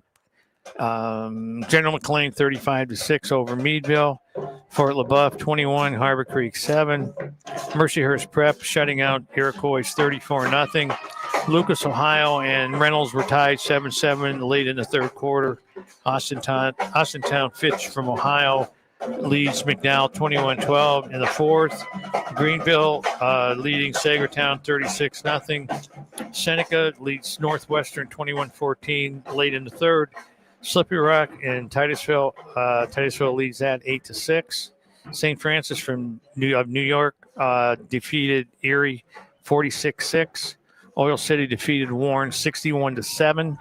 And Wilmington leads Mercer 28-0 at in the third quarter. And again, tomorrow the games in District 10 are Otto Eldred at Port Allegheny. We have one crossover game. Montauk is at Union City. And in District 10, Girard at Northeast at 1 o'clock. All right. Thanks a lot, Lou, for that look around District 9 and District 10. That's going to do it for us tonight. We'll be back with you 1 week from tonight in Erie as Mercyhurst Prep and Eisenhower do battle in a very important region matchup. We'll have that call right here on the YDL Sports Network. Thank you for watching, and we'll be with you next time.